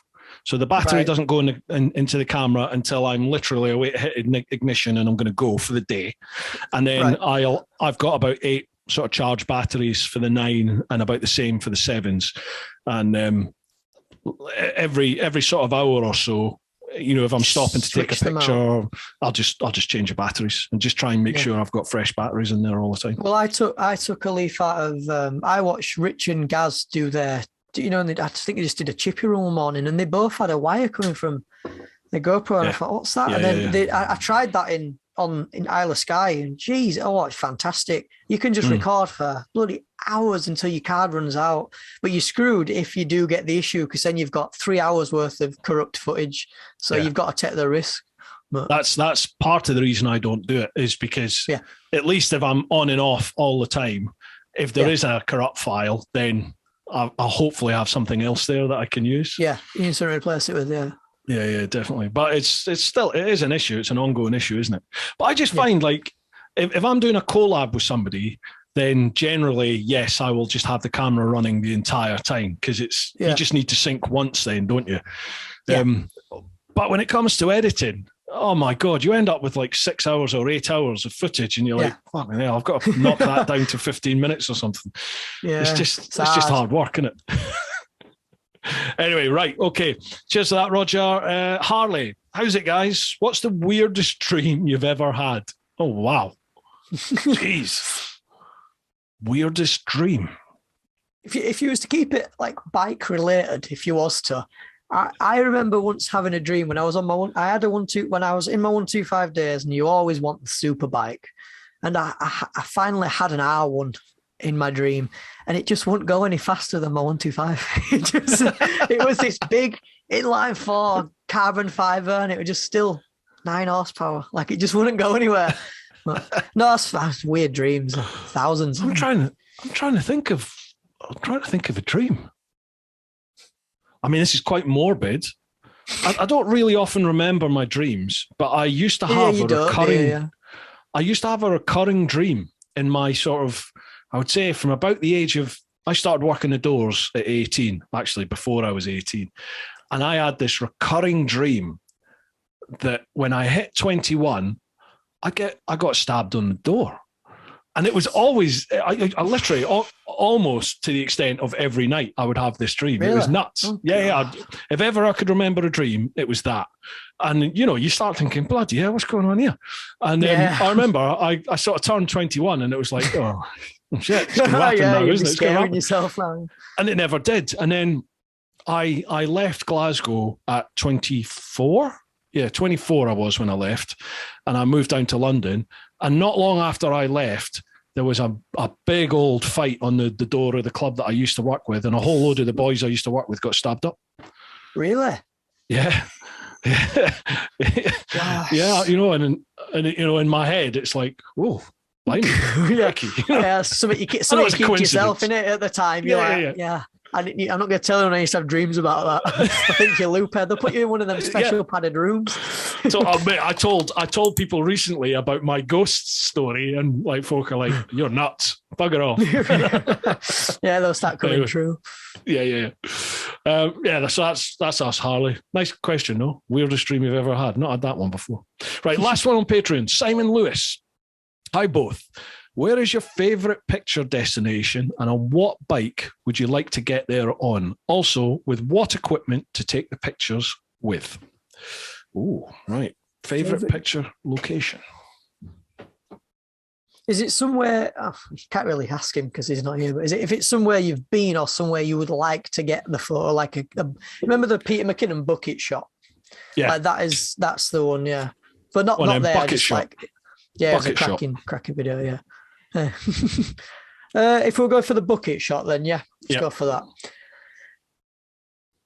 There's an Instagram account I follow called Joey Rides, and he lives in Switzerland, and that's the reason probably got the new 09 SP. I mean, his photography is fantastic.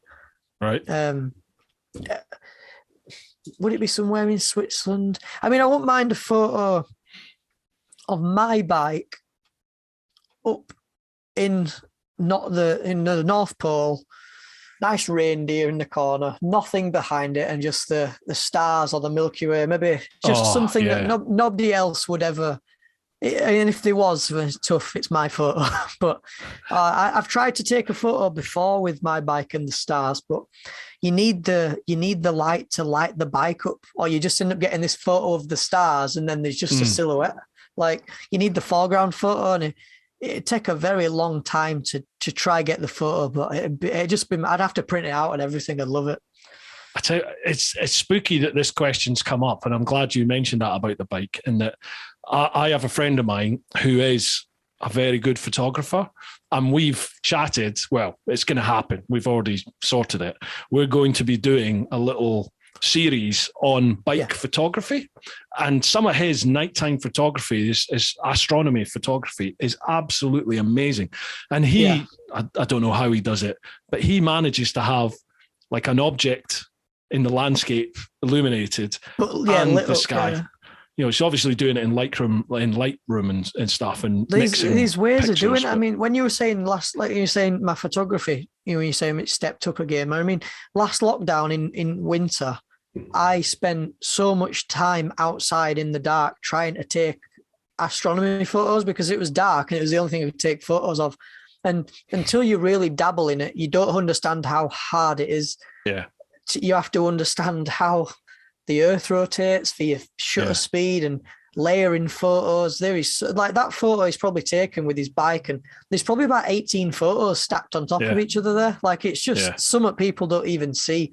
And these Instagram accounts you see where all their feed is them photos, that is a lot of work that you don't see at all. It's fantastic. I have this everlasting memory on my, I'm going to mention it, of my world trip. I was in Chile at nighttime, right in the north of Chile, like in the Atacama, coming out the Atacama Desert, actually. And it was like 10:30, 11 at night, and I needed to fuel up. So I'd stopped the bike at the side of the road. All my batteries had run out, cameras, phone, everything had run out. So I'm filling up off of a jerry can off the back of the bike. And I remember looking up at the sky and I could see the Milky Way. It was like one of those pictures. I remember just looking at it and it was like, that is the most breathtaking thing I think I've ever seen in my life. It was humbling. It was awesome. I was dumbstruck by the beauty of it. Everything into perspective. Yeah. What you're doing, how small you are. Yeah. Like it is when you're in the middle of nowhere and you look up at the sky and it's clear, you think, my life means nothing. It really, and I knew I could never take a picture of that. There's no way I'd be able to take a picture of it. I just couldn't do it. But you did. You did take photos in your head. In my head, I did. Yeah, for sure. They're the good ones. They are the good photos. Are we back on? Over there. You're all right, dude. Okay. You're all right. Sorry about that, pal. Yeah, my wife's out tonight, so she literally popped the dog in the crate and then left whilst I was on the podcast. So she's obviously bored and had enough. She may well, folks. I've got a puppy downstairs, home alone, and the door might burst open because this puppy's about 12 stone. It's a big straight through bulldozer. yeah, definitely. She's lovely, but my God, yeah. She's done her own strength, that dog. Right, okay, that is us done with the Patreon questions. Thank you very much, everybody who left them. We'll move on to Instagram. So that's at TeapotOne Insta. Again, I'll leave links for Jake's Instagram down below. First one, let's have a look here. Who have we got? Moto Mogul 5. Brilliant. Look forward to this one. Met Jake at Wild Bad Weekend of 21, and he's a great guy. Thank you. Nice. I think he's called Jack. Yeah. Thank you, Jack. I remember having a natter with him. Yeah. Top one. Yeah. I think Rich has done some stuff with Moto Mogul recently, hasn't he? Yeah. Top man. Cheers to your question, Jack. Thank you, pal. Next one, BHP UK. What are or is the next goal or goals for you both? Whether it's on YouTube, social media, or even just saving up for a dream bike. Look forward to this one as always. Good question. This is a good question. It's just in life, isn't it? I suppose it's not just on. But I mean, at the minute, I'm just trying to focus on my apprenticeship. I just want to get my trade. Mm-hmm. Whatever the YouTube does, it does. I'm not trying to hammer it as much as I was trying to do because I didn't like my job. I was trying to make it a job. Now I enjoy my day job and I do this as a hobby. And if it goes somewhere, it goes somewhere. But even if it was to go somewhere, I'd still finish my trade because I need that. Yeah. But at my age, I just want to get my trade, get my house, and just stabilize for now. And then whatever happens. But I just try stabilize for now. Good on you. Good on you.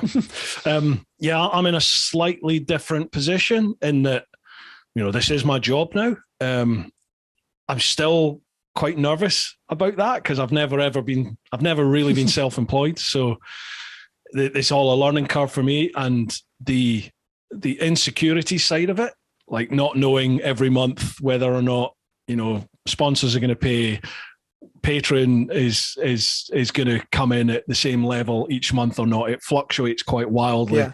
Merch sales are going to come in, you know. Obviously I haven't been able to do any tours of late, but when the tours come in, will people book on the tours? So the financial side of it, I'm still struggling with, you know, it's literally month to month at the moment.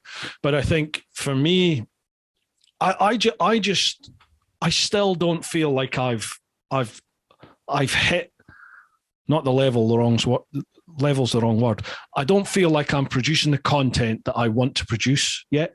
You know, I've not sorted out what I want to actually produce. I just either I've not got the skill level, or I haven't got it clear in my head. But I'm not producing in my mind. I'm not producing what I want to produce. You're not producing the vision that you thought you'd have for yourself. 100%. Yeah, that's it. Right. That's exactly it. Yeah. I want to produce something that is sort of, it's different. It's different to everyone else. To me, it's just the same as everybody else. And I want to produce something different, and I've not figured out that yet. I think that's how we all feel, because I feel like I get compared a lot to Rich. Like, I really do. Because then again, at Weekender, Rich said, you know, I thought it'd be a bit, he's kind of doing the same as me. But Rich was like, yeah, you're doing your own thing. I really enjoy it, this Aniva. But then again, I feel like I do what Rich does, what you do. I think we all feel like that. We're all playing the same game, but we're all just, the reason I think people view us is we're all different people. We met the same stuff, but we're all different people. You've had your world tour, which is your, like, you know what I mean? That's what shaped you. No, I don't think so. Rich did his American tour. That's his staple. I remember that. I've done nothing. I don't know why people watch me. But then again, this is why we all have different people, and we all have different takes on how we make stuff, and people just enjoy us for us, to be honest with you. That's it, 100%, man. Don't put yourself down. It's people, you'll attract your own community. You know, and I've put that sort of question out to loads of people all the time in my clan, and like, you know, what is it you want to see? What do you want to see me? I'm on this constant quest for, like, what do you want? And I need to produce stuff for you. And everyone's like, you could make a video about you boiling an egg, but just be you know? And I think that's the important thing. You attract your own community. So, yeah. Well, I've talked myself out of it there, haven't I? But I still don't feel, I still don't feel like, I'm still not happy with what I produce. I want it to be a higher quality. I want it to be something different. I want it to be visually something quite awesome. I think that's good to have. You will always have that. I mean, if you look at your videos, not I mean you, just in general, if you look back at your videos from a year ago and you look at your previous one, you're like, oh, I have actually improved. Like I have. I remember I made a video last year called Autumn in the Dales. I was riding around the Dales, I put a colour grade on it, and I thought it was the shit. Like, this is a good video. And I watched it back and I thought, that colour grade is awful. Them cuts are terrible. And you just learn. You just learn with it. And I mean, everyone wants to make videos like Peter McKinnon. Everybody who has a camera wants to make videos like that. And unfortunately, you won't, like, because they're his videos. That's how he makes content. And you find that you end up going down your own path, and people will try to replicate yourself. But you just stick with what you know. But you should always, I think you should always critique your own videos, and that's what makes your next one better. No, I think you're right. Yeah, you are right. Mine are still shit. You had to talk yourself out of you. They're not. They're all right. They're good. I mean, the amount of pop-ups and stuff you have on yours, I thought, God, I wish how does he do that? Like, I don't know how you do them. Some of them. Like, you know, your Patreon pop up at the side. Oh, yeah. Baffled to how you even made that. I don't know how you did that. It's just, you know, I mean, I've gone through so many different incarnations of various different graphics and lower thirds and all sorts of text that I use. You know, I'm constantly trying something different just to, sometimes it works, sometimes it doesn't work. You know, it's it's just a constant. Even look at Peter McKinnon. You know, look at the sort of 5-6 years he's been going. If you look at his vids throughout the time, they constantly change in the editing style. He'll think the same. He'll always think, God, so and so is better than me. I don't know if you know Matty Hapoja, his mate. Yeah. Like Peter thinks Matty's videos are better than his, and it's just how you are as a person. You'll always your worst critic's yourself, and it's just how it is. Yeah, absolutely. But no, your videos are good, Bruce. You're all right. Oh, thank you, Jake, and yours. Garlic UK, good choice. Look forward to this one. Cheers now. That red Fireblade guy. Hey, TeapotOne, I love to be your guest too. Are you fully booked for the year? I'm not. No, not at all. I try to work about a month in advance with guests if I can.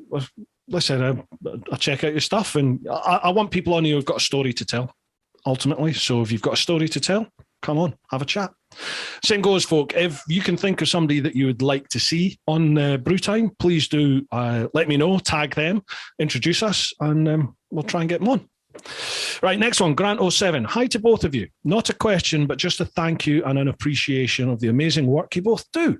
Both of your content are way better than TV shows that are on. All the best and keep up the great work. Oh, thank you very much, Grant. Kind words. That's nice why to we know, do it. You see, that's why we do it.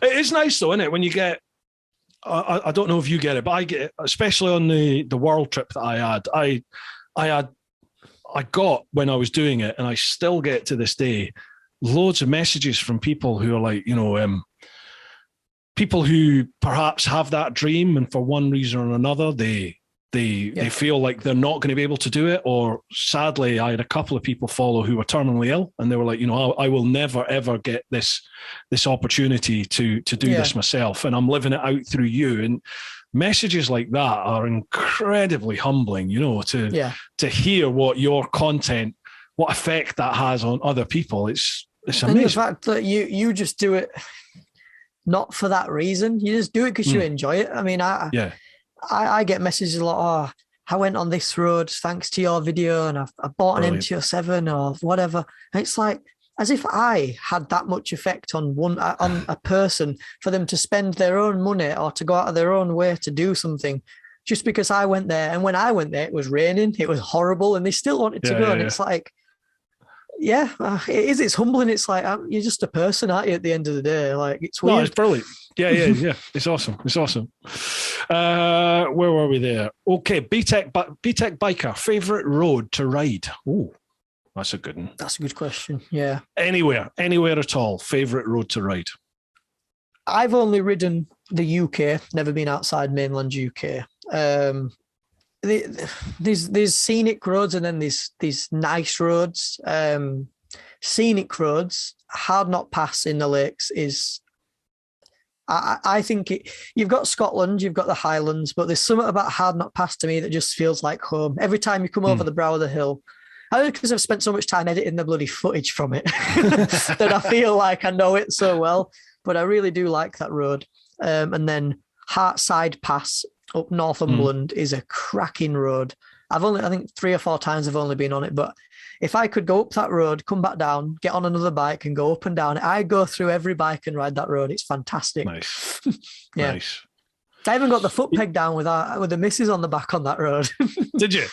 Yeah, I think the suspension just bounced, just round corner. It's a cracker. Yeah, what are you saying? Don't say that. I'll have to edit that out. You didn't think of that, did you? All the married geezers out there in the world are going, oh God, rookie error.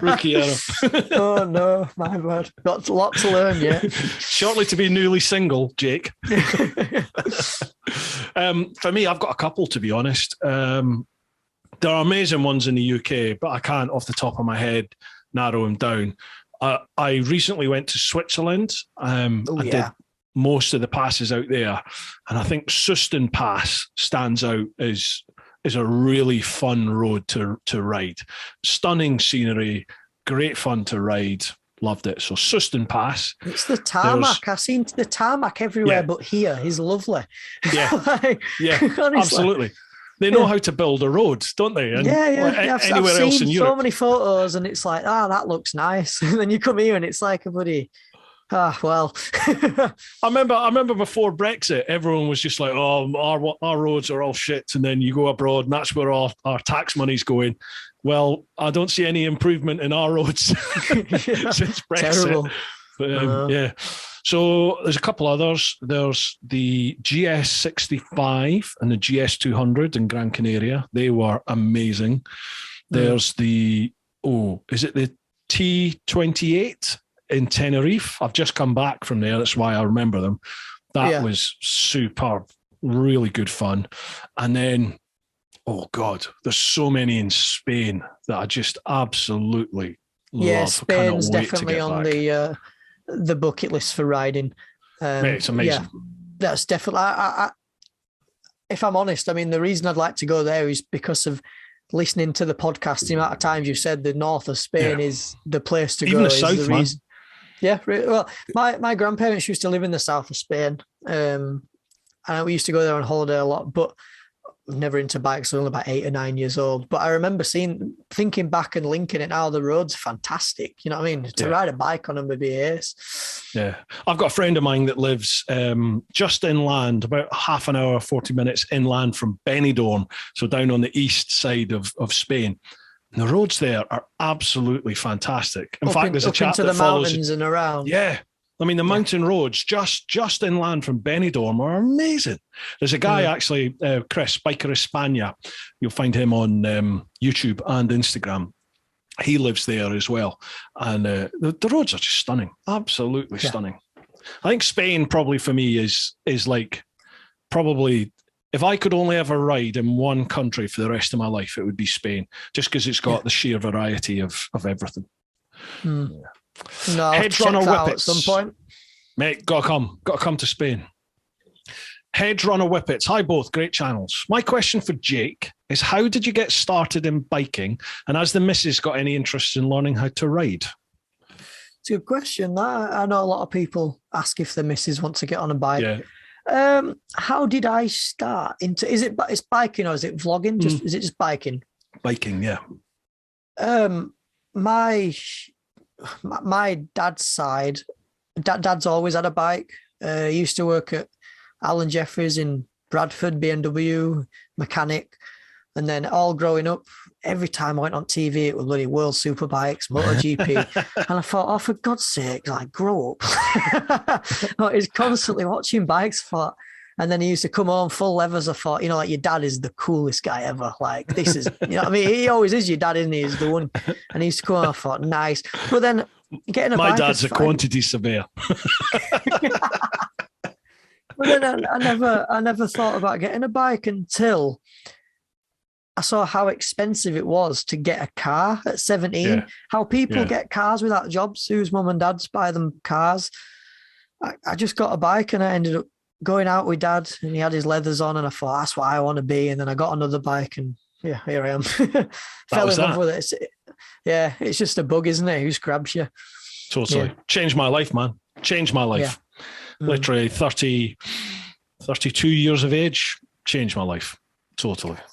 How come it was so late? Was it just how it fell off? Yeah, I mean, growing up, I don't come from a biking family. I've since found out that my dad, when he was young, he had a bike. And I think even when he met my mum, I think he still had a bike, but that fell by the wayside quite quickly. My mum was very anti-bike. So all through my childhood, bikes just weren't an option. It's just like, no, it's not happening, And I'd always, in my head, my poster bike was the blue and white GSX-R. The Jigsaw Thou, that's in my head. That's the one I wanted. And then, mid-20s, I became a dad at 21, so life took a different route then. That all went wrong, and I ended up moving to London when I was 24. And then I ended up in the old Bill. So I suppose at that point I could have got a bike, but it was just, I was living and working in central London. It was just like, why would I have a bike here? There's no point. And then it was something with my mum. My mum was sort of facing the end with cancer, and she just said to me one day, look after those that you love, but live your life. Go for it. Don't let anything stop you. And that was it. I booked my test there and then, and life changed. And that was it. No words. Wow, honestly. Mate, honestly, it was like an epiphany. It really was amazing. Scottish Saucer just gives us a couple of thumbs up to you. Dale Tiger Sport. Hey, Bruce, Jake, hope you're both well. Question to both. This time of year gets really cold, as we all know. What's the one thing you couldn't ride without during winter? Don't be funny and say your bike. Keep up the great content on both your platforms. So winter riding, one thing you couldn't do without. I know, yeah. I know you were quite late to the scene on this, but anything Gore-Tex, Rucker is how people, I don't know how I used to do it, but how people don't ride without any sort of laminated gear. And the first thing people say is heated grips, heated gear. But if you don't have that core, if you get wet, you're cold. That's the end of it. Once I bought my Rucker, it changed when I rode, how I rode. I could ride all year round. I could go out tomorrow in 3-degree weather and have a cracking day like anybody would in summer. But the reason people say, oh, how do you do that is because the first thing they think of is being cold. But hand on heart, I'm not cold. I just enjoy the bike. But the only thing is you cannot ride as fast as you'd like to, or whatever, how people want to say it, or how they ride in summer. But if you change the way you ride and the gear you wear, when winter comes around, the roads are quieter on the places you want to go. And you actually find on my channel, I make a lot better videos in winter because I've got more time to myself and there's no road and there's no people. All my winter videos are great when I go somewhere because I've got the time to do it. Yeah, no, I see what you mean. So I totally agree with you. My Gore-Tex suit. Yeah, I'm the same. I mean, I was very late to the game with the Rucker purely because the cost put me off. Yes. So, like $2,000 for the Navala, the sort of flagship suit. I was just like, that's insane. That is ridiculous. I used to wear my leathers, my 2-piece Dionysi leathers with a fleece over the top in the winter, whether it's snowing, whether it's raining. It could be -10, -15. It could be 40 degrees outside. I've got a 2-piece leather suit on. That's it. And I cannot fathom how I didn't die. Because that's what I'm like. I don't know how I did not freeze cold. Yeah, I mean, I would literally be frozen in the winter on that. But you just did it, didn't you? The Rucker, as you said. I was going to say heated grips, but you're absolutely correct in what you say. And that if your sort of core isn't warm, so if you're still getting wet and cold, heated grips don't do anything. They just don't do anything. It's just like pissing on a bonfire. yeah, definitely. I mean, I cannot recommend folks the Gore-Tex Pro stuff, whether you get Rucker, Climb, whatever it is that you go for, but make sure it's that Gore-Tex Pro, proper Gore-Tex kit. Yeah, the Gore-Tex membranes are the one. I've just been to Sports Bike Shop just today to get some heated grips for the new bike, and I picked up some, the special Gore-Tex Tech Wash. Because if you buy Gore-Tex, you have to keep on top of it because it does eventually. It'll always keep you waterproof. It's how it's designed, but it will carry water and you get drenched like you normally would. But if you treat it properly, well, I think from Sports Bike Shop for the kit are only about £14. So half an hour, an hour of your time at washing machine and you're back waterproof again. But I've just seen the Dionysi, is it the D jacket? I don't know, but that's Gore-Tex. That were only. Say only, but for Gore-Tex, it was £380 for a jacket. Fully. Yeah, but what level of Gore-Tex is it? Is it Gore-Tex Pro? I don't know, but usually with the Dionysi stuff, it's like the Ducati Italian top end stuff. I'm not too sure. I think I took a photo of it, but yeah, if you are going to go for it, go for the top wax stuff. 100%. I bought mine through. I've got no affinity to them whatsoever. I paid full whack for it. I went through Infinity, who's who I bought mine with, 0%. And I think I got it over. Was it 2 years or 3 years finance? Cost me £74 a month, I think. And that's how I got my Rucker set. I keep getting asked to do a review of it, and if people want me to, I will. It's hard. I get that, but it's like to do a review on a garment is about a 2-minute video.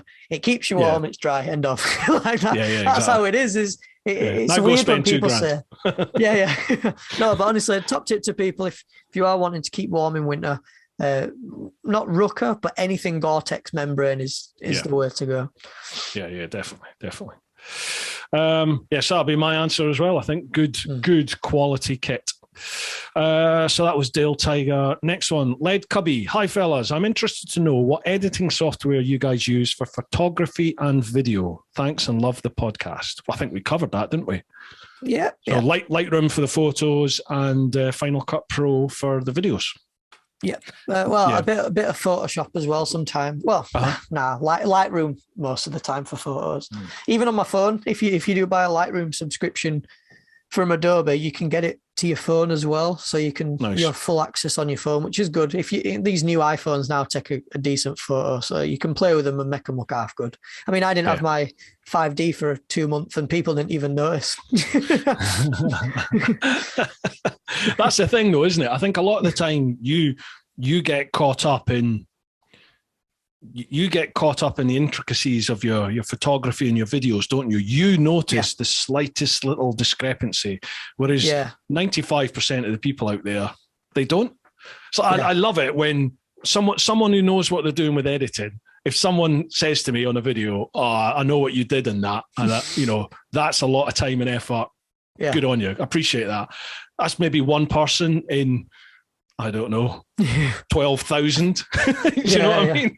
Like I had, when I had the Cinis, the T125, I told Cinis, the review, and then I was like, I'll get some cracking photos as well. And I lost the camera batteries to my 5D while I had the Cinis 125 and the 380. I could not find them.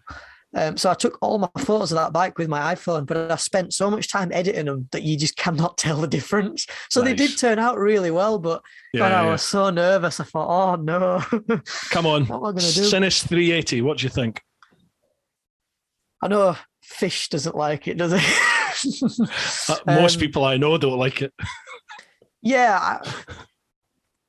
For the money, it's a good bike. I mean, I think I'd seen it in the review. It has all the right ideas. It just doesn't know how to execute them. Yeah. Yeah. It really is a good. If Cinis put some money into a bike with the ideas they've got, they could build a really, really good large capacity bike. But because they try and make it affordable and cheap, they just don't execute everything. They kind of do like the jack of all trades, master of none, I think, where they try put 2 calipers up front, even though it don't need it. We'll try put a TFT on, but it's not the best TFT, so it won't matter. Like you just execute one plan at once, sort of thing. Yeah, it just screamed cheap for me. It was like it made sense off road, in that it was far better off road. Says me, who's got very little experience of that. I've never been off-road, so... Have you not? I mean, I really didn't enjoy it on the road. It's woefully underpowered. I'd go as far as to say dangerously underpowered. But off-road, it was quite nicely balanced. It was very easy to handle, and we were going down through some mud and chalky type stuff through Surrey, and it was good. It was all right. But for a road bike, it was just, I can't think why you would buy that, because there's better bikes for a similar sort of price. Well, it's not just the price, the class as well. I mean, that class, I compared it in my review to KTM brought out the 390 Adventure. That engine's established its dominance. RC You'd have that any day of the week. Exactly. You just spend that little bit more, know you've got that solid engine. And you just, it's hard, in it, when a new brand comes in to try compete with the top dogs, but especially when that's your package. Right. Next one, Buddy the Biker Dog. Spot on. Love this young man. Good to see a youngin who looks after his bike. He got me addicted to snow foaming. You do like washing your bike, don't you? So my MT-07 rusted away. That's why. Next one, Bomber County Biker IG. Love both your work. Be great to emulate your success. Oh, thank you very much, Bomber. Mate, you just got to stick in, haven't you? You've just got to got to put that. You got to put that time in and try. Just if you want to learn, you'll learn. Like, that's how it is. Yeah, I mean, I think on social media is a very fickle medium, isn't it? It's like, especially in our little niche. I mean, motorcycling is a very small niche within YouTube, and motovlogging is an even smaller niche within that small niche. Lots of people out there doing it, but I think, as we've all already discussed, Bomber, find what makes you happy. What do you enjoy doing? And be you. And some people might like it. Other people will love it. And you'll just attract your community. There's not a quick fix. Unless you're particularly good looking and don't like wearing clothes, then it's a long game. You've really got to get in it. You know, if you want to go clickbait, if you want to have the provocative thumbnails and pictures, you'll gather attrition very, very attrition, is that the right word? It's the wrong word. You'll gather a momentum very quickly on that, but you need to have some sort of, excuse the term, meat and two veg behind it. You know, you've got to have some sort of meat to your content. It can't just be a purely visual thing, because you want engagement, and YouTube's hot on engagement. So just I think the thing with it is, again, it's cliche, but don't go in it for the right reasons. Like, I went in it because everyone would like it to be their job. Like, people that say they don't is a lie. Like, everyone would like this to be their job, but you just got to go in it, and because you really do enjoy it. I mean, sometimes I go out now. I used to go out all the time on the bike and always have my GoPro with me, and I'd record every ride. But then I found out that I started going on the same roads. People didn't want to watch it but that's for the roads I ride. But then what I started doing is, well, I'll just go out and ride by myself because I enjoy my bike. Back to basics. I just want to go out for a ride. Listen, if I don't record it, I'll take my camera with me because I can get some good photos. And then my videos have become less frequent. But when I did upload, it's because I wanted to make that video and I wanted to share that. Whereas people will go out, I'm going to go up there for the sake of recording a video, or I'm going to go to the shop and try record. And it's hard because there's so many people that have videos of them just going down a city lane, recording, and they're just chatting nonsense. You know what I mean? Whereas you need to have a story, don't you? Like it's hard. Story is king. Yeah. Yeah, definitely. Next one, Adam's Life Riding. Hello, Bruce and Jake. Hope you're both well. 2 questions, one serious and one not so. First question to Jake. Jake, I've watched your channel from the start on the KTM 390. You've always had a fantastic eye for creating really good quality video shots and awesome photos, as well as brilliant content. Did you study this I think we've covered this. Did you study this at college or university, or is it something you're naturally gifted with? And what would be the best tip you could give to someone trying to create the best cinematic content without having to spend a small fortune on all the latest equipment? We've covered the majority of it. At school, I never studied photography. In fact, I could not stand photography students, if I'm honest with you. Like, those people went outside, took a photo of a tree and told a story about it. Like, I was like, I can't be dealing with that. And we spoke about me getting my camera. But as for the video tips and stuff, it's the same. If you was to metaphorically put it to biking, you don't need the fastest bike to be the fastest rider. Like, you don't have to have the latest equipment. I mean, for 2 years, I had a cracked version of Final Cut Pro. You know, someone had got off another license of somebody else, and I couldn't update it because it wasn't my license for it. So I was like 2 years behind in the editing software, and you find ways to make it work. If you really want to do it, you'll just put the time in, and it's not about becoming famous or being the best. It's just being happy with when you finished it and you export it and you watch it, you think, all right, that I enjoyed that. And if that's the game, I think there's no need to be the best. I didn't come into this thinking, I want to be above Teapot one day. I want to do this. Like, I just do my thing and you do your thing, and we all just get along. Like, it's how it is. Yeah.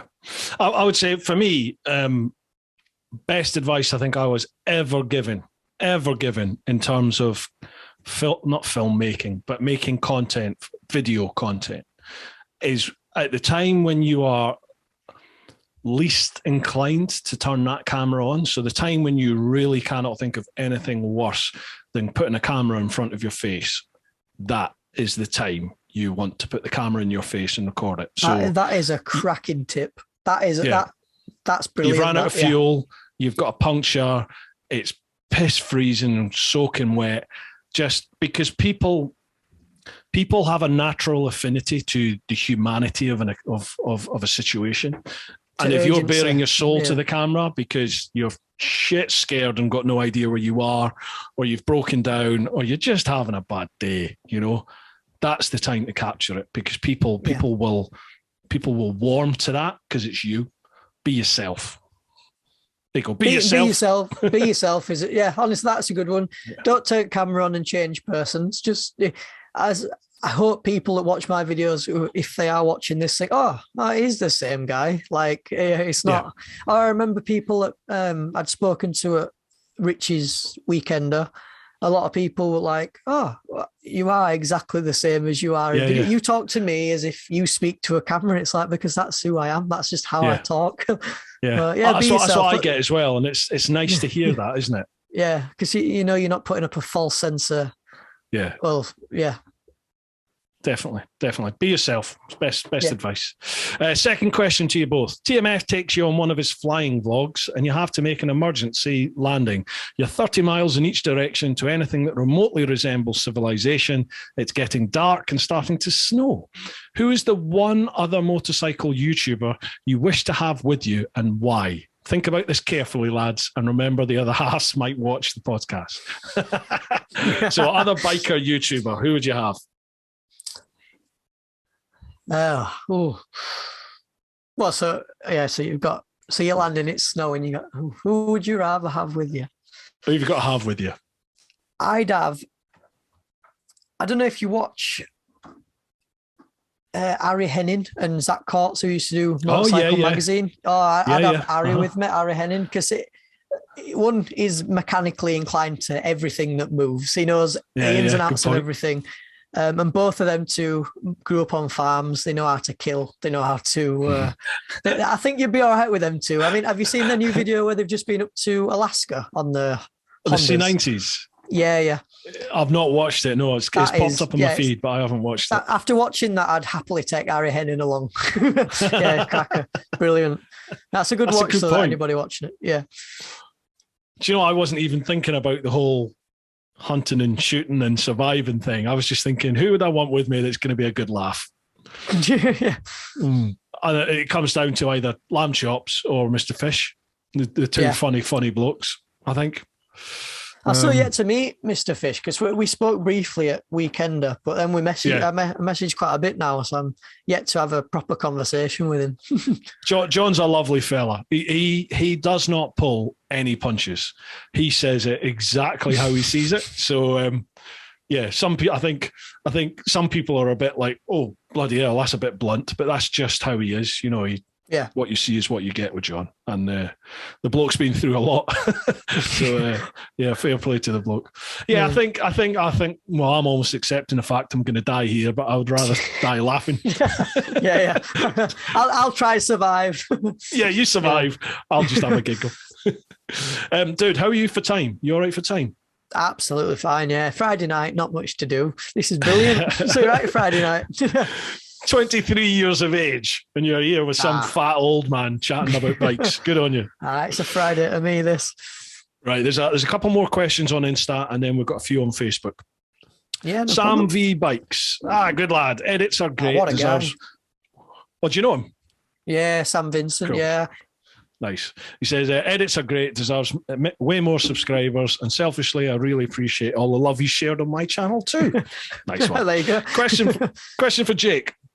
Do you ever see yourself on an adventure bike, or are you thinking of staying on a naked for a while? Pardon me. And are you immune to Richie's looks, or did you find you also get stuck gazing into his eyes? Adventure bikes. Yeah, I think the reason he's asked that is because I came across his channel looking for routes for last year's tour when I did the Isle of Skye. He did Crieff to Cloverleaf in Scotland, and he had a Tracer 700, and I had my MT-07, and like I say, I was close to getting one, so I kind of had that bond of it. And I messaged him because he was a small channel, and with adventure bikes, with me, I mean,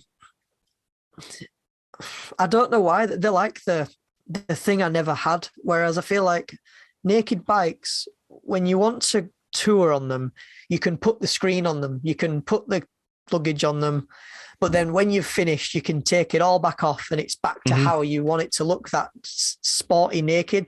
So one day you can come back from a tour with your rucker on, and then the next day you can strip everything, put your leathers on, and you're back out there on your naked. Whereas I don't think I could wear full leathers and an AGV on an adventure bike. We're getting away with it. You could if you're going up the inside of somebody. Don't you worry. Yeah, you probably could. Yeah.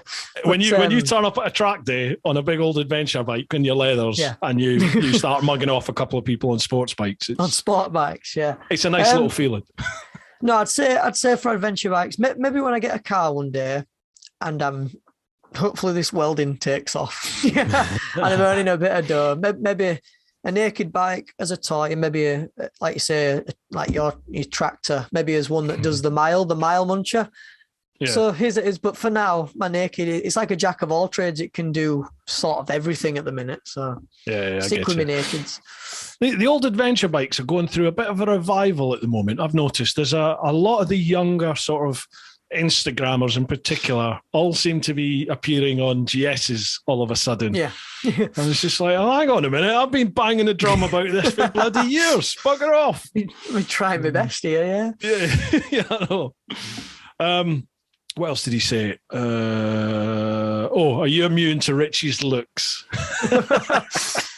Funny. I remember that. Richie's got a little soft spot for you, hasn't he?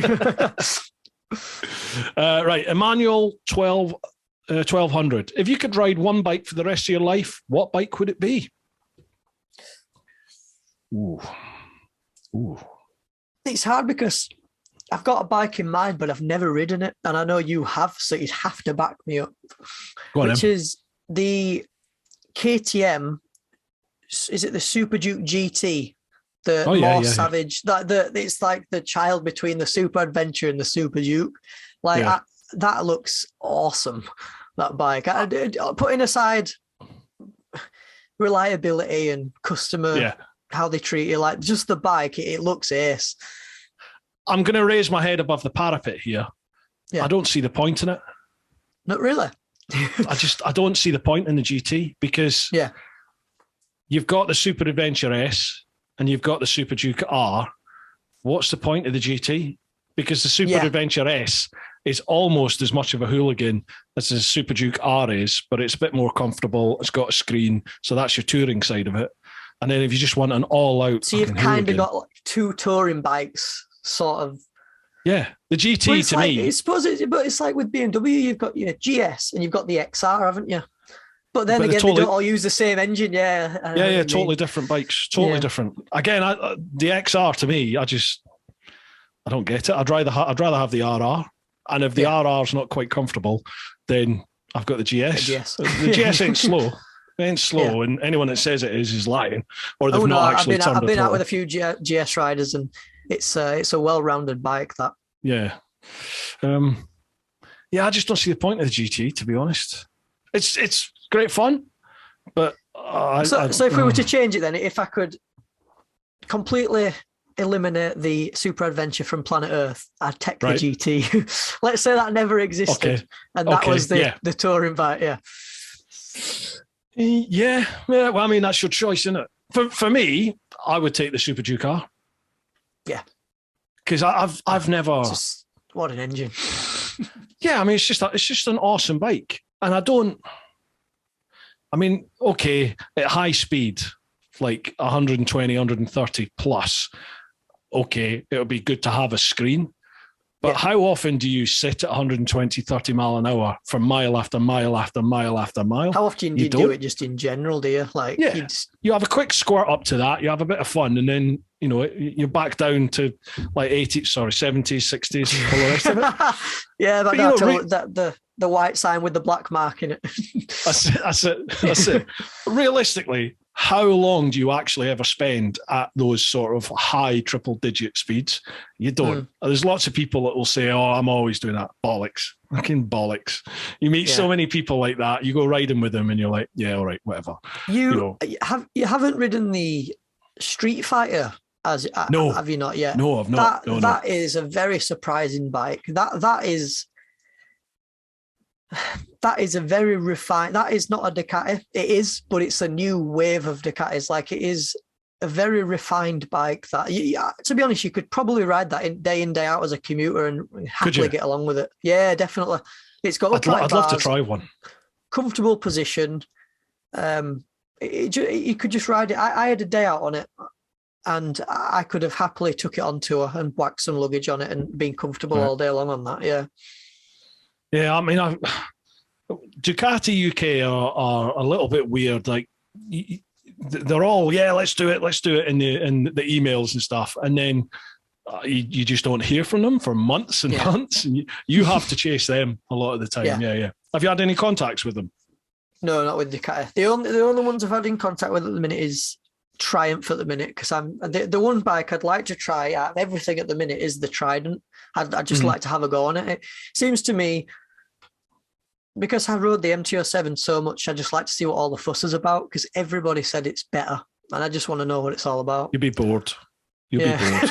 I had one for a bit, and I've not even done the video on it because I'm not entirely sure how I'm going to do the vid. It's just, I was just like, it's a beginner bike. It's all right. It's just another bike, yeah. It didn't do anything for me, and I found the video very flat. It's just like, well, I wouldn't watch this. So that's my issue. I either need to get it again. At least you're honest with it. You're not putting it out for the sake of putting it out. Like, it's just how it is. Yeah. I was going to say something there and I've forgotten it. What was it? About the Ducati, was it? No, I can't remember. Oh, well, I've forgotten about it. It was probably a lie then if I can't remember. It must have been a lie. Next one, Lilybell Rides. If you ever want to do a charity special, Lilybell and I are riding around the coast of GB in June next year for the ABF, the Soldiers Charity, an action for children, and always appreciate a chance to spread the word. Well, you've just done it, Lilybell. There's a little shout out for you. Yeah. By all means, if I can help with that at all, please do drop me a line and we'll see what we can do. Andy P19. Hi guys, my missus really isn't a fan of the biking life. Any tips to get her over the fear every time I go out? Trading her in isn't an option yet. Right. So getting the other half. So I'm just going to have to open the door a bit. My dog is moaning. It's all right. All right. Come on in then. So trying to get the other half involved in biking. I think I get this question more times than you think, actually, because I managed to somehow get. You've met my missus, haven't you? I have, yeah. Sorry, what was your missus' name? Chloe. Yeah. Hi, Chloe. Well, I got her on the back. Her dad, actually, when I first met Chloe, I went to her house and her dad pulled back home on his Ducati 748. Nice. I was like, oh, nice one. Her dad's a biker. This is brilliant. So then I got to know family, and her mum likes MotoGP, and they're a proper biking family. I thought, oh, what a cracker this is. You've done well there. I know, yeah. But then the hard part came where I was like, because at the time I was on a 125 and I got my 390 and I've got to have the conversation with her dad, can I take her out on the bike? Because I didn't want to take her just out. I had to ask her dad, you know what I mean? Because he's a biker, he understands. And he was like, I appreciate you asking me, but no. so, oh shit, right. That were awkward. And then I got my MT-07. And then he was like, yeah, you've done your licensing and I can see you chat. He watches the YouTube and he's like, I can see you can ride a bike. So I took her out for a couple of times and then we went up to Kielder Forest. So I think the main, if you was to get her on the bike, is don't force it on her. Because the amount of times I ask Chloe, come on, let's go to Whitby this weekend. I don't want to, but come on, I want to. If you don't want to get on the bike, just kind of understand why. She might not be scared of it. She might be scared of you. Honestly, it's true. Yeah. Chloe's seen the way I've ridden sometimes, and she's like, I'm not getting on the back of that. Like, so you just kind of understand, and just maybe if you really want to go, because it took a lot of convincing for me to get Chloe on that Kielder tour.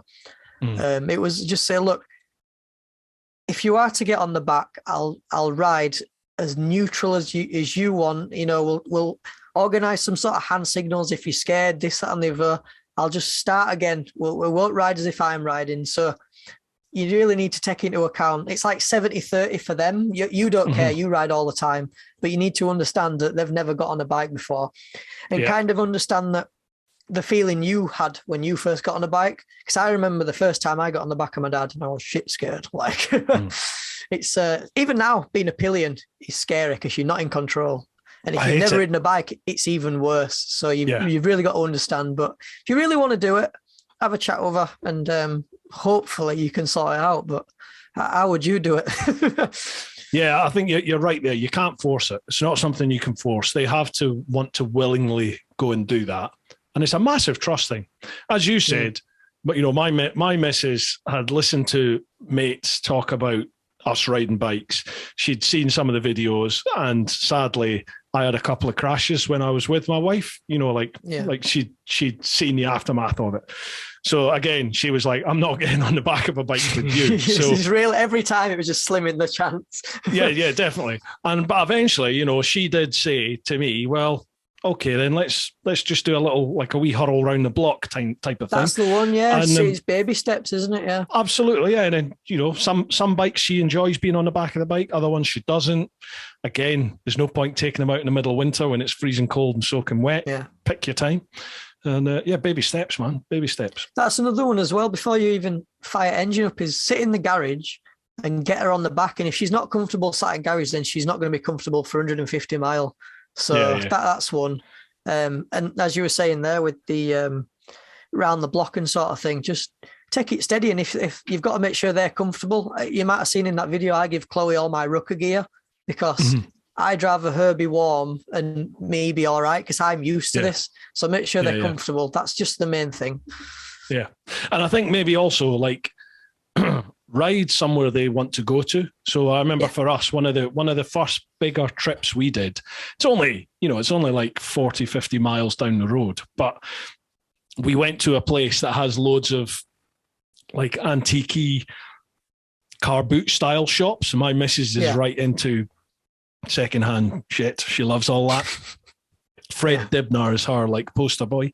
So we went there. So she knows at the end of that ride, there's something she's going to enjoy, whether that's a brew and a little wander around the toot shops. And then obviously you get the ride back. So, you know, it sort of swings and roundabouts, isn't it? Yeah, definitely. Right. Next one, Robert Newman, 27. By the way, Andy, best of luck with that, pal. Robert Newman, 27. Hello, gents. Hope you're both well. I'm on the hunt for a new motorcycle. This will air after, but I'm going to NEC on Monday. Sometimes you get great deals for the show in 9 days it's on. I really like the urban scrambler category and would like to hear your opinions on them, what you think's best and what mods you'd add. Well, Robert, I'm not the man to ask here, pal, because I certainly haven't ridden the Triumph Scramblers or the Ducati ones. I've got no idea. You? Same with me. Never. I like the same way you don't understand the GT. I've never really understood scramblers.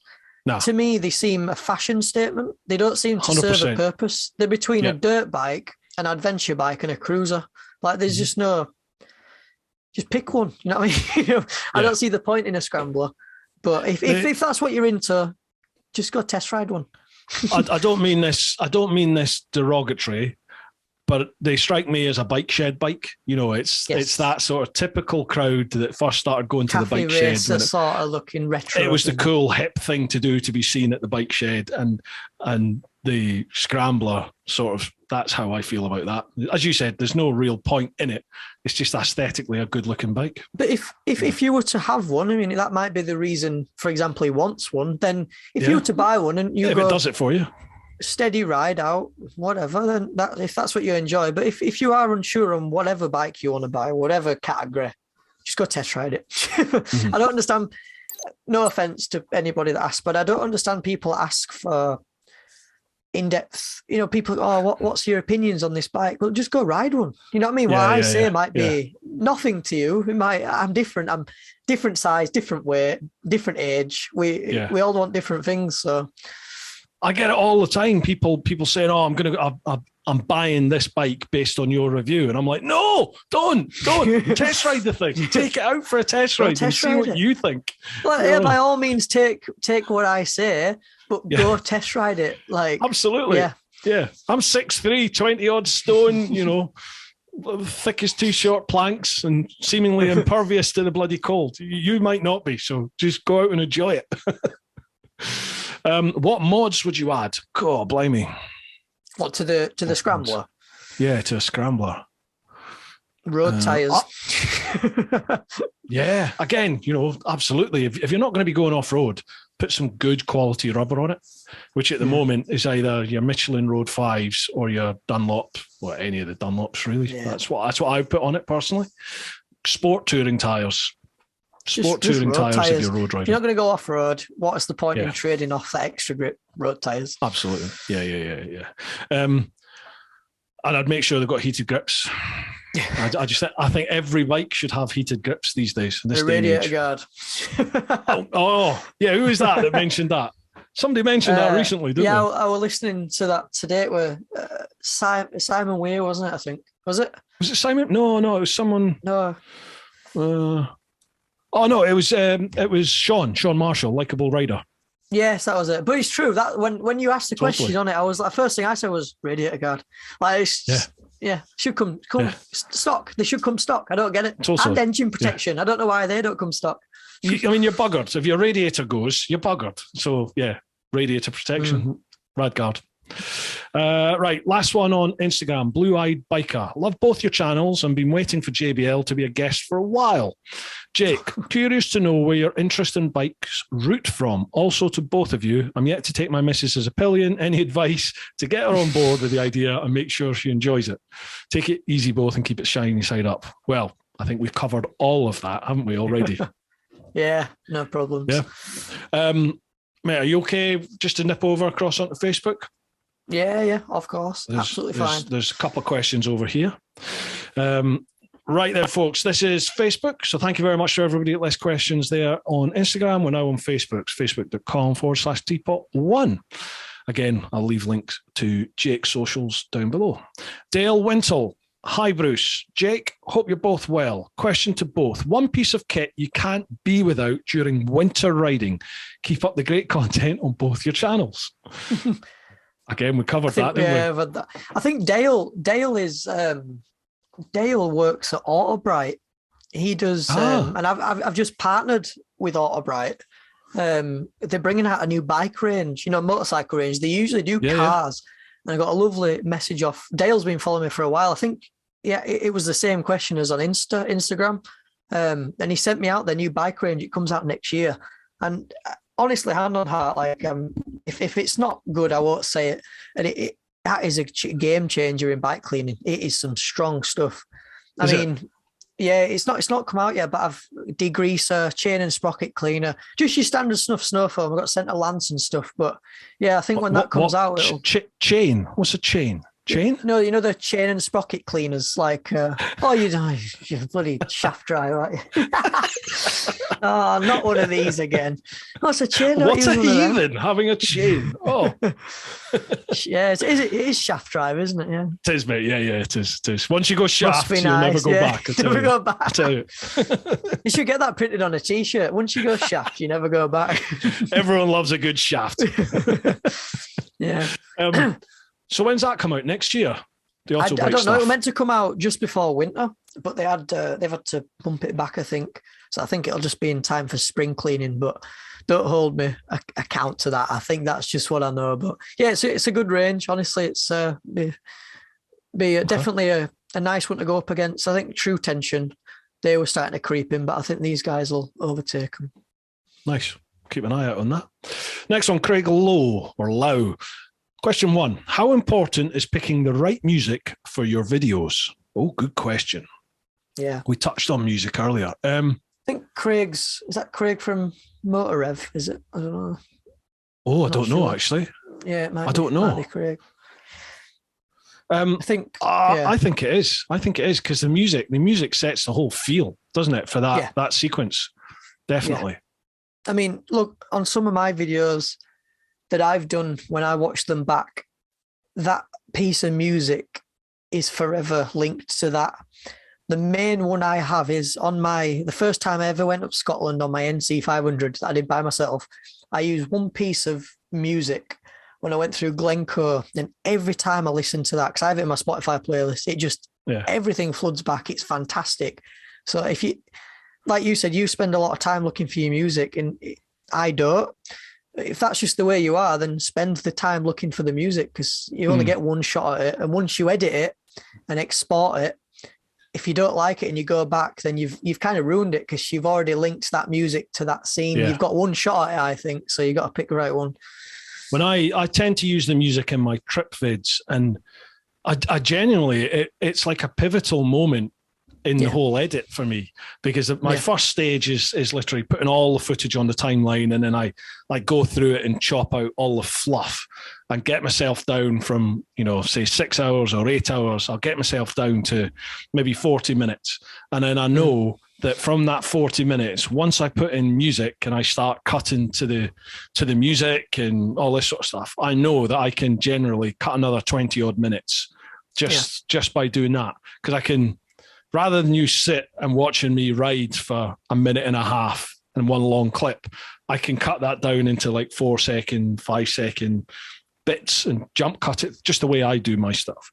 And I just find the music. There's all sorts of Nickers. Yeah, sorry. No, go on, my bad. No, sorry. No, go on. Yeah, because you need the, people say you don't need it, but I think you do, is you do need more than one camera angle. People who have a helmet cam, you can make a good video, but it does get boring.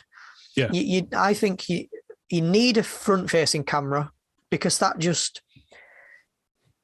what you're presenting the video. And what's the point of looking at the road when I just think you need 2 cameras minimum to make a motovlog in 2021. That's what I think. And I use the drone. A lot of people like my drone stuff, but I also I've started taking a lot of footage off the bike. So when I get off the bike, I've started to have a walk around of where I am, just so it breaks up that rhythm of, he's riding bike. Like, just get off, have a look around, have a chat. And then as a viewer, it feels like, having a break from bike. And then we get back on it, and then we go again. You're telling that story again. But your music again, all has to play. And you learn with time. There's no teaching it. I think you find your own ways. Yeah, and it becomes much more of a vlog then, rather than just a moto vlog. When you're off bike and you're chatting to the Motorev boys, Craig, I do apologise, mate, if you're from Motorev. The Motorev boys have been following and we've been chatting for ages, but Craig, your name didn't strike a chord there in my head. I do apologise. But the Motorev boys do exactly that. They're like Normandy vids and stuff. Really emotive. They really grab you. Very well done. Craig's got a second question. Before editing, do you have a vision of how you want the video to come together? I think I do, but that changes quite drastically once I sit down and start editing. Like my final edit can be totally different to how I thought it was going to look initially. Totally different. Sometimes for the better. Sometimes I'm like, this ain't going to do well. But we'll see. I've always had, it depends what kind of video it is. If I go in there with if I'm reviewing a bike, I have a broad template of how I want it to look. Not how I want it to look, just I know I'll do a walk around, a bit of B-roll, this, that, and the other, some specs. But I know some people have a script and they have a storyboard and it's shot for shot. But to me, I've tried the whole script thing, and it's saying something and you're looking back and we're rubbish. And it's not natural to me. And day trip videos, there's no script at all, because I just go out and film whatever I want. Yeah. It's run and gun shooting, isn't it? Yeah, reviews, not just bike reviews, product reviews. I don't really enjoy shooting them. I don't like the whole script thing and the tripod. And it sounds funny, but I'm not really a presenter. It might come across that I'm confident, but I'm not a presenter. I just like filming on my bike. I like vlogging. I suppose you're right. The vlogging is... I just like speaking to a camera naturally, as if it's another person there with you, which is always good. And the more shots you can get, the more stuff you've got to play with. But don't think about it too much, because you'll just end up stressing yourself out. I totally agree. But perversely, my most popular video ever, my most viewed video ever, was totally scripted. And that was how much does it cost to ride around the world? But I mean, that in itself, that's a title that is going to attract attention. The thumbnail attract attention. The topic. I think that's everything. one of the first videos I'd seen of yours. Was it? Yeah, when it was the one where you were walking through the park and the camera. I remember watching it. Yeah, cracking video. That's because I couldn't ride. I'd been knocked off the bike, so one of my arms was immobile. I couldn't use it, and I was just like, "Shit, what am I going to do? I've got to create some videos here."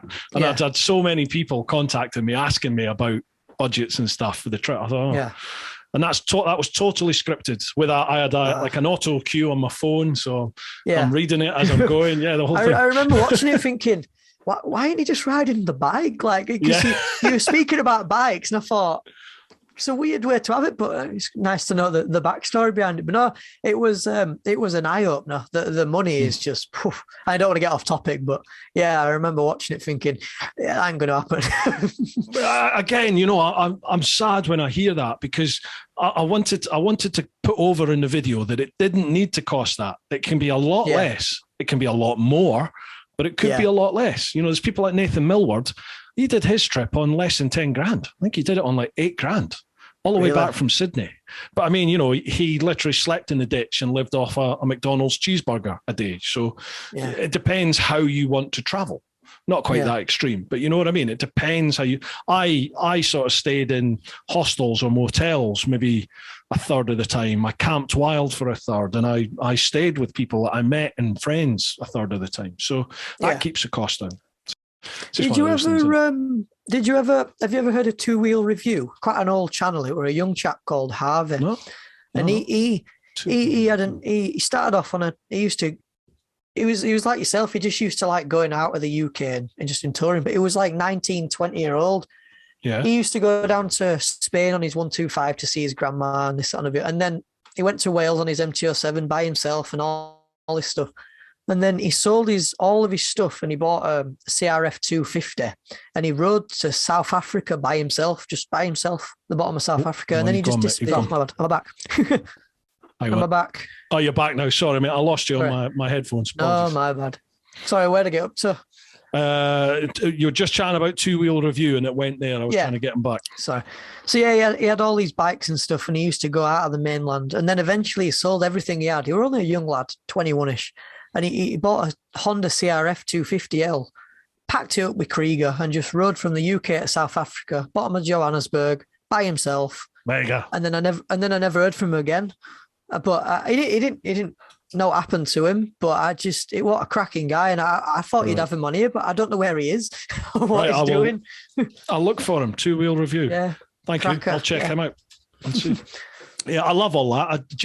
That's what amazed me when I was traveling, is I met people who were doing incredible things, and they had no social media. They weren't recording it in any shape or form. They were just living it and doing it. And I was like, that's amazing. I've met people who were like cycling from the bottom of South America to top of Alaska. I met a guy that was walking around. He's walking for peace. He'd been walking for 15 years, totally off his head. But I mean, he was just an amazing character. You just meet amazing folk when you travel. Yeah. I just loved it. I loved it. I would love to do more of it, for sure. Well, it's happening. Sneak peek for you. It's happening in 22. I'm going to be doing hopefully India and maybe America. Yeah, I'm just a week, so it's going to be a real splash and dash. No. I'm going to try and pick different bikes for each one of those trips. So I don't know which ones yet. We'll see. I want to make it as inappropriate as possible. I would love to do. Speaking of riding bikes, you need to jump on the. You haven't ridden any of the MTs, have you? Whether it be the 10 or the. I've got no connection with Yamaha, mate. Yamaha are just like a closed door. So. Oh, what a set of bikes! Honestly, I'd like to see your thoughts on the 10, especially the 10. Obviously, the 09 and the 7 are a bit small, but there's definitely the 10. I know Chopsy likes it, so. I've got mates that have the MT10, and I just have this thing in my head where I don't want to ride other people's bikes just in case. Do you know what I mean? Like if I take somebody's bike, and then something happens. I just hate that. But I get loads of people saying, take my bike and do a review on it. But yeah, I've got no contact with any Yamaha type places, unfortunately. Right, Craig's got a third question. If tomorrow motovlogging became illegal, what other subject would you turn your channel to? Tech for me. Or just like product reviews and stuff. Yeah, I would like to go down.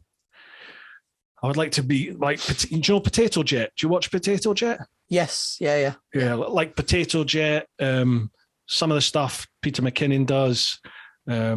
Sort of the traditional Casey Neistat style. So it's a bit of lifestyle vlogging with some sort of kit chucked in. Yeah. I don't like doing the hard sell. I hate the hard sell, and I've been guilty of it a couple of times when, you just needs must and you have to do it. But I don't like the hard sell. And if you can sort of slide in a review of a bit of kit, but not blatantly be, this is about this, have a bit more around about it. I like that style of it. I would still love Teapot to be about that, but I've sort of gone down a different route.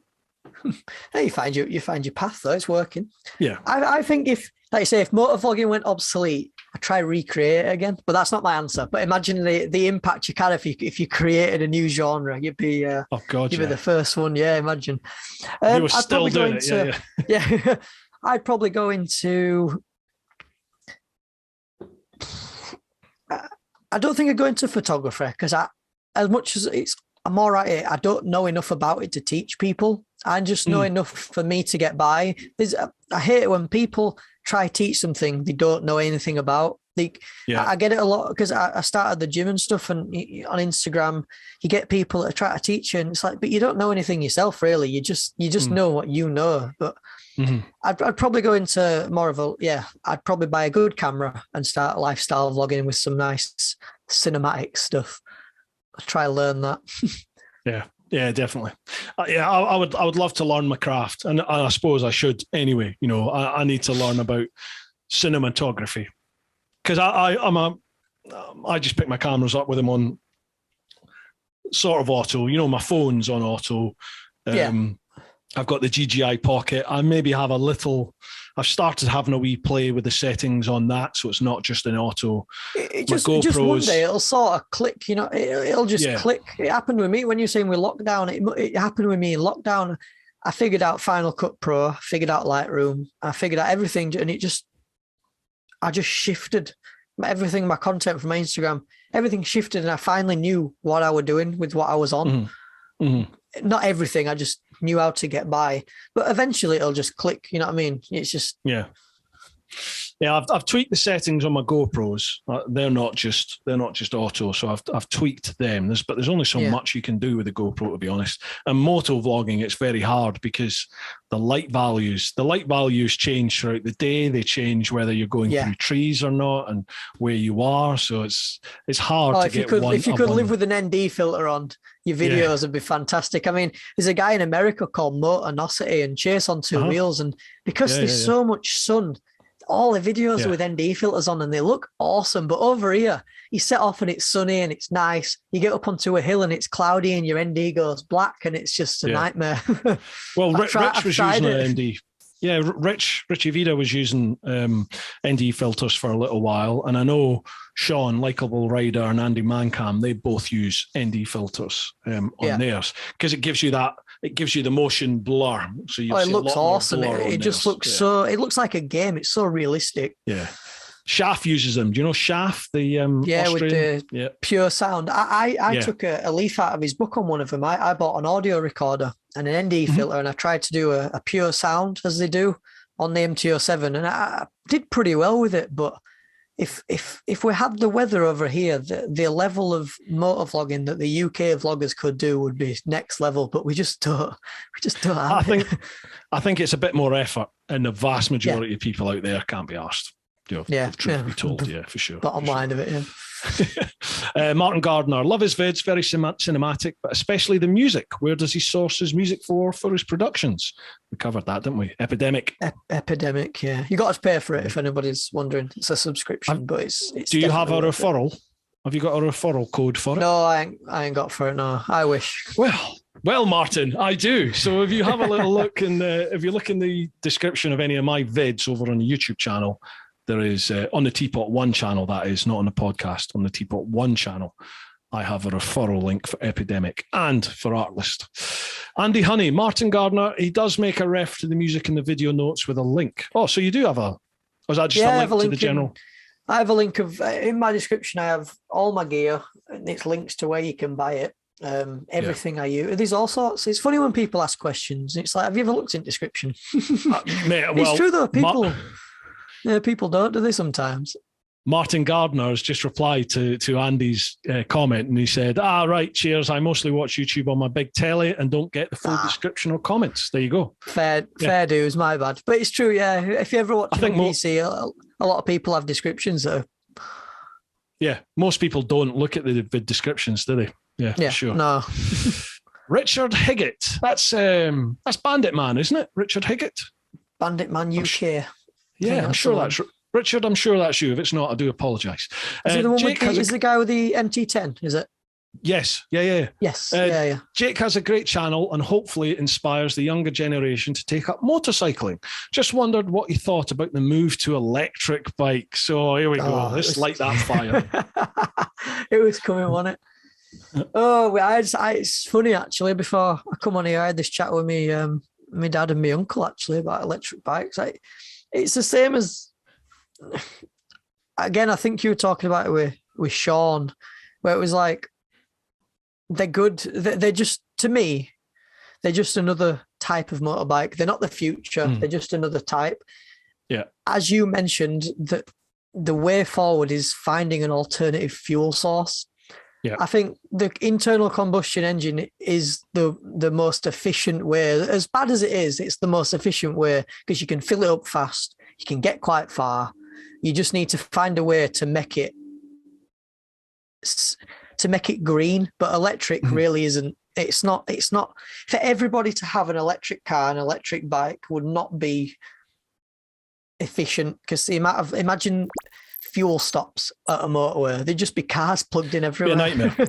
It'd be awful. With the current technology, it's just not. It's not doable at the moment. Yes, it's not big. But yeah, if you find a renewable fuel that was green, you can keep the combustion engine, and I think you're all right. You might sacrifice power, but for it to be greener, I'd take that to stop the switch to electric. I haven't ridden an electric bike, but I'd still like to keep the engine. Do you know what I think the future is? Genuinely, nuclear. Nuclear, well, imagine a nuclear bike. That'd sound ace. Genuine, because there's been quite a few podcasts on it. Joe Rogan is one who's had it, and he's had like an energy specialist who can't remember the chap's name. I do apologise, but they came on and he was grilling them about it and saying, what about the byproducts and the waste and everything? Do you know, for any of us, all the energy we're going to use in our entire life would fit in that can in nuclear waste? Everything. Really? Everything. All the energy you're going to use in your home, for your vehicle, everything would fit in that can. So that's all the waste that you're looking at to get rid of. And there's an Instagram page, I can't remember the name of it. If you do some research, you'll be able to see it. But the guy, there's a picture of this place where they're disposing of the nuclear waste. And in your head, you think of just like, it just gets dumped in the sea or shot out into space. Yeah. Like off like The Simpsons or something. It's all bright green. Well, it's not. It's like a fully secure area where it has these warehouses where this nuclear waste is all kept in these big canisters. And I think it was for an entire state. And it was like, one small half a football pitch, I think. All right. It was like, like that sort of area that you're talking about. It was just that full of one of these, I think maybe 2 canisters high. And that was the entire state.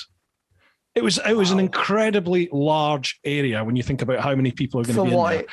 And that was the offset of it. And you're like, Jesus, in that case, surely that is the safest and most economical energy producing system, is it not?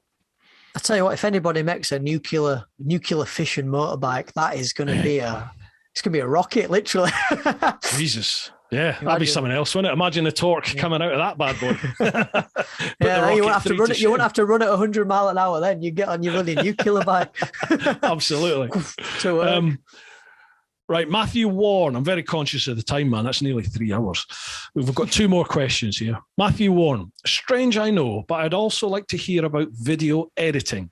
It's a big part of what you do, and I'm thinking of something similar for my biking family overseas.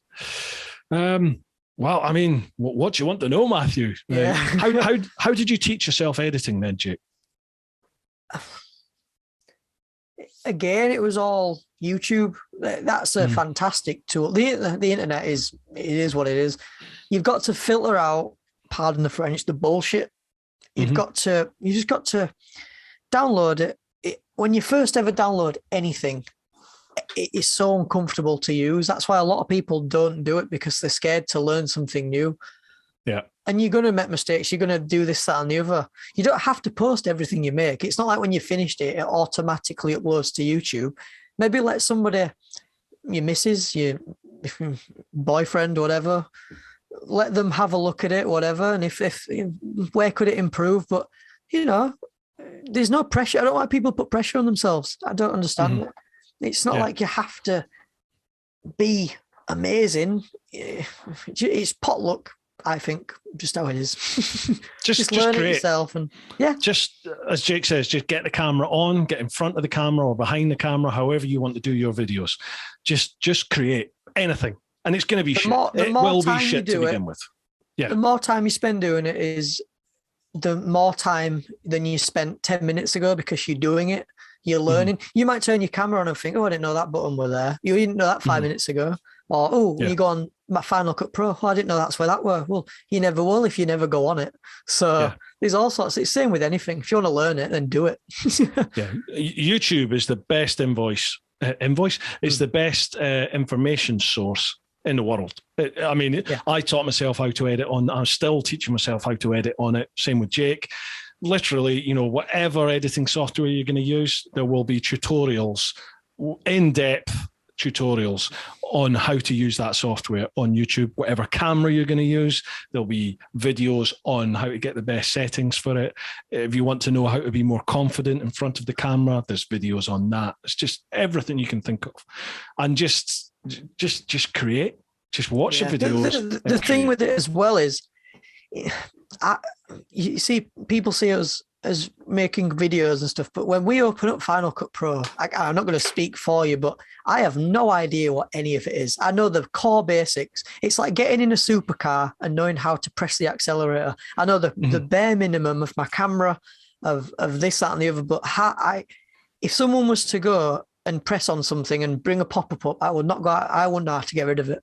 I don't know what half of the stuff is on that. You really are dabbling with a fantastic program, but I know the bare minimum of it.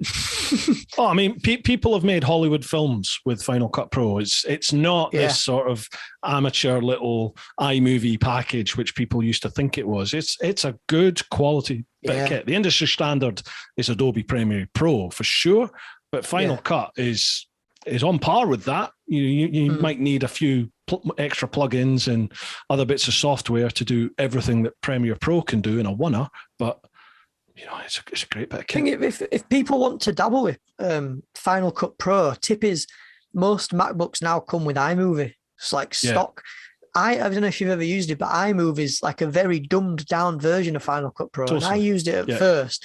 And then when you get Final Cut Pro, a lot of the stuff's transferable. It's like, everything's laid out the same. There's just a little bit more. And then eventually you start adjusting to it, but you'll never master it. Nobody will. And to be honest, for most people's levels, for most videos, we don't need to know all the ins and outs. I mean, a lot of it is to do with color correction and color grading. And, if you want to get really in depth with transitions and just all sorts of stuff, there's loads you can do with it. But the meat and two veg, the sort of stuff you watch in our videos, you'll be able to teach yourself that fairly quick. Yeah. Last one, Nathan Turner. Hi, TeapotOne. Question to you both. When you're out for a quiet ride, do you have a favorite playlist you listen to? all the way from Saskatchewan, Canada. I don't listen to music when I'm riding. Really? Yeah. No, I find a lot of people do. I do. I got my Spotify Wrapped back, and it was like bloody 51,000 minutes of listening. Last year. Yes, no, podcasts are something. I started listening to podcasts when I did night shift in retail because I got sick of music. You're on like 10-hour shifts and you can only listen to so much. And that's when I started listening to Bru Time. But available on all podcast platforms. Podcast. No, I don't have a specific playlist. I just, if I'm brutally honest, I listen to this. I do. I listen to it at work, and you've done so many since the last time. You're I've been my on, listener. So I'm trying to get through them. But there's quite a few I listen to. I haven't started listening to Joe Rogan yet, but mainly podcasts. Because the thing with podcasts, I feel like when you listen to music, it's very disposable. You're not doing anything. Podcasts, you're learning. You might listen to something. 90% of it might be bollocks, but you might listen to like 5 minutes of it, and you think, oh, and then you just might learn something. And you're on bike, and I don't know. I think podcasts are a bit more. It's like an audiobook. You've got a bit more engagement with it. So I definitely totally. I'm the same. Yeah, definitely start listening to them if you are, but you are because you listen to this. I pretty much I listen to Joe Rogan all the time, and okay, occasionally as a guest on that, I'm just like, you know what, I can't. I'm not. This is. If you can't fuse with a guest, you're not going to watch it. It's just how it is, isn't it? Yeah. But most of them I will listen to, and I just love the variety of guests that he has on. 1 minute they're talking about like being a stand-up comedian, and the next guest he has on is talking about quantum physics or the Brian Cox Joe Rogan. The Brian Cox one blew my mind. That absolutely was sensational. Fantastic. Yeah. And it's all stuff like that. You know, he has people on that claim to have seen UFOs or claim to have seen Bigfoot, and you know, you think, all right, but then he will go. He doesn't shy away from confrontation, does he? And he really gets in depth. And a lot of the time he's got his own knowledge of a subject, which can actually be surprisingly in depth. But I think the thing with Joe Rogan is like, because even if he doesn't agree with somebody, they don't argue. They have a professional discussion about why they don't agree. And I think it's nice to listen to an intellectual conversation without people screaming at each other. It's quite nice. Definitely. Yeah. And occasionally he gets off his box on marijuana, or he's pissed as a fart, and then he's screaming at people. But it's entertaining, though. It is entertaining. Yeah. Totally recommend it. So Nathan, I don't really listen to music on a bike, mate. Yeah, I'm same as Jake. I'll just listen to podcasts, to be honest. But if I was to listen to music, it would be stuff like Blues Brothers soundtrack. Don't listen to rock music because you'll start riding like bloody Tom Cruise in Top Gun. You sink your TT rider and then you go into a field because you start listening to bloody. Believe it or not, I was heavily into trance music. Like in the 90s, I was right into like euphoric trance music. Like, you remember the albums? I don't know if you'll remember them. You probably weren't born. Euphoria, all of like the various different like Gatecrasher and all that. Yeah, and all that. I used to love all that. And I made the mistake when I first started riding of listening to some of them when I was on my Gix 1000. You're doing 150 mile an hour before you know it. Yeah. I'm going to die very quickly. If you're on and a bloody modern house tune comes on, you look down, you're like, hey up. You feel like you're in a bloody video game. Yeah, it's awesome. I know. Dude, we've gone through all the questions. I bet listening to music on a track day I bet you'd be about 5 seconds faster. You probably would. Yeah, you probably would. Sorry. Yeah. Until some blues came on. Maybe too chilled out. Dude, we've managed to go through all the questions. Brilliant. Fantastic. Normally we don't get onto the Facebook ones because time's cracking on, but we've stuck with it. That's over 3 hours and we've done it. Smashed it. Top man. Awesome. No, thanks. Dude, before we go, do you want to give a shout out to anyone? Do you want to give any plugs? Feel free. Stage is yours. Yeah, the shout out to the Wolfpack group. I know a lot of people hear me mention them quite a lot. It's a Facebook group it started off quite small, but it's just for community riders, people that are just getting into bikes or people that have been riding for a while. If you are riding and none of your friends ride, it's a great community to meet up. If you want to maybe just jump on there a lot of there's active posts every day, but local ride outs, meetups, bike sheds, whatever you name it, it's just a nice community, and they sell a nice merch line as well. But Wolfpack Community Motor Group, yeah, awesome. Is that on Facebook or where that? There's the Facebook community group is where most of the posts go. They've got their Instagram page, but that's more for promotion, and then they've obviously got their shop for hoodies and stuff. You might have seen me wearing quite a bit of them, but I really I don't just join any group. I really like them. They're a good bunch. Nice one. I'll check that one out, mate, and I'll put links down below as well, folks. If you're listening or watching, check out the links. They'll be there. Dude, thank you very much for coming on. It's been an absolute joy finally getting a nice long chat with you, Jake. Much appreciated. Thank you. Cheers for having us on. No worries. And if you're up for doing this collaboration, I'd love to do something with you. That would be great. Whenever, off weekends, I'll try to book some time off work. So whenever's free in your calendar, I'll have a look at mine and we'll try to shoot down there. Or up here, beautiful. Either way. Yeah, I'll come up to you, mate. It's shit down here. You don't want to come down here. All right, dude. Great chatting with you, folks. I hope you've enjoyed this one. Again, make sure you check out the show notes or the vid description for all of Jake's links. Folks, keep doing your thing. If you're going to be at the bike show tomorrow, actually, I'm up there Saturday, Sunday. So by the time you hear this, it will have happened. I will have been, but the show will still be going on. So if you're going, enjoy. Keep doing your thing. Keep looking after those that you love. Keep on getting out there whenever you can. But most importantly, live your life. Woo-ha! Dude, nice one. Thank you very much for coming on, man. Appreciate it. Cheers, Bruce. I appreciate that. It's been brilliant. Thank you.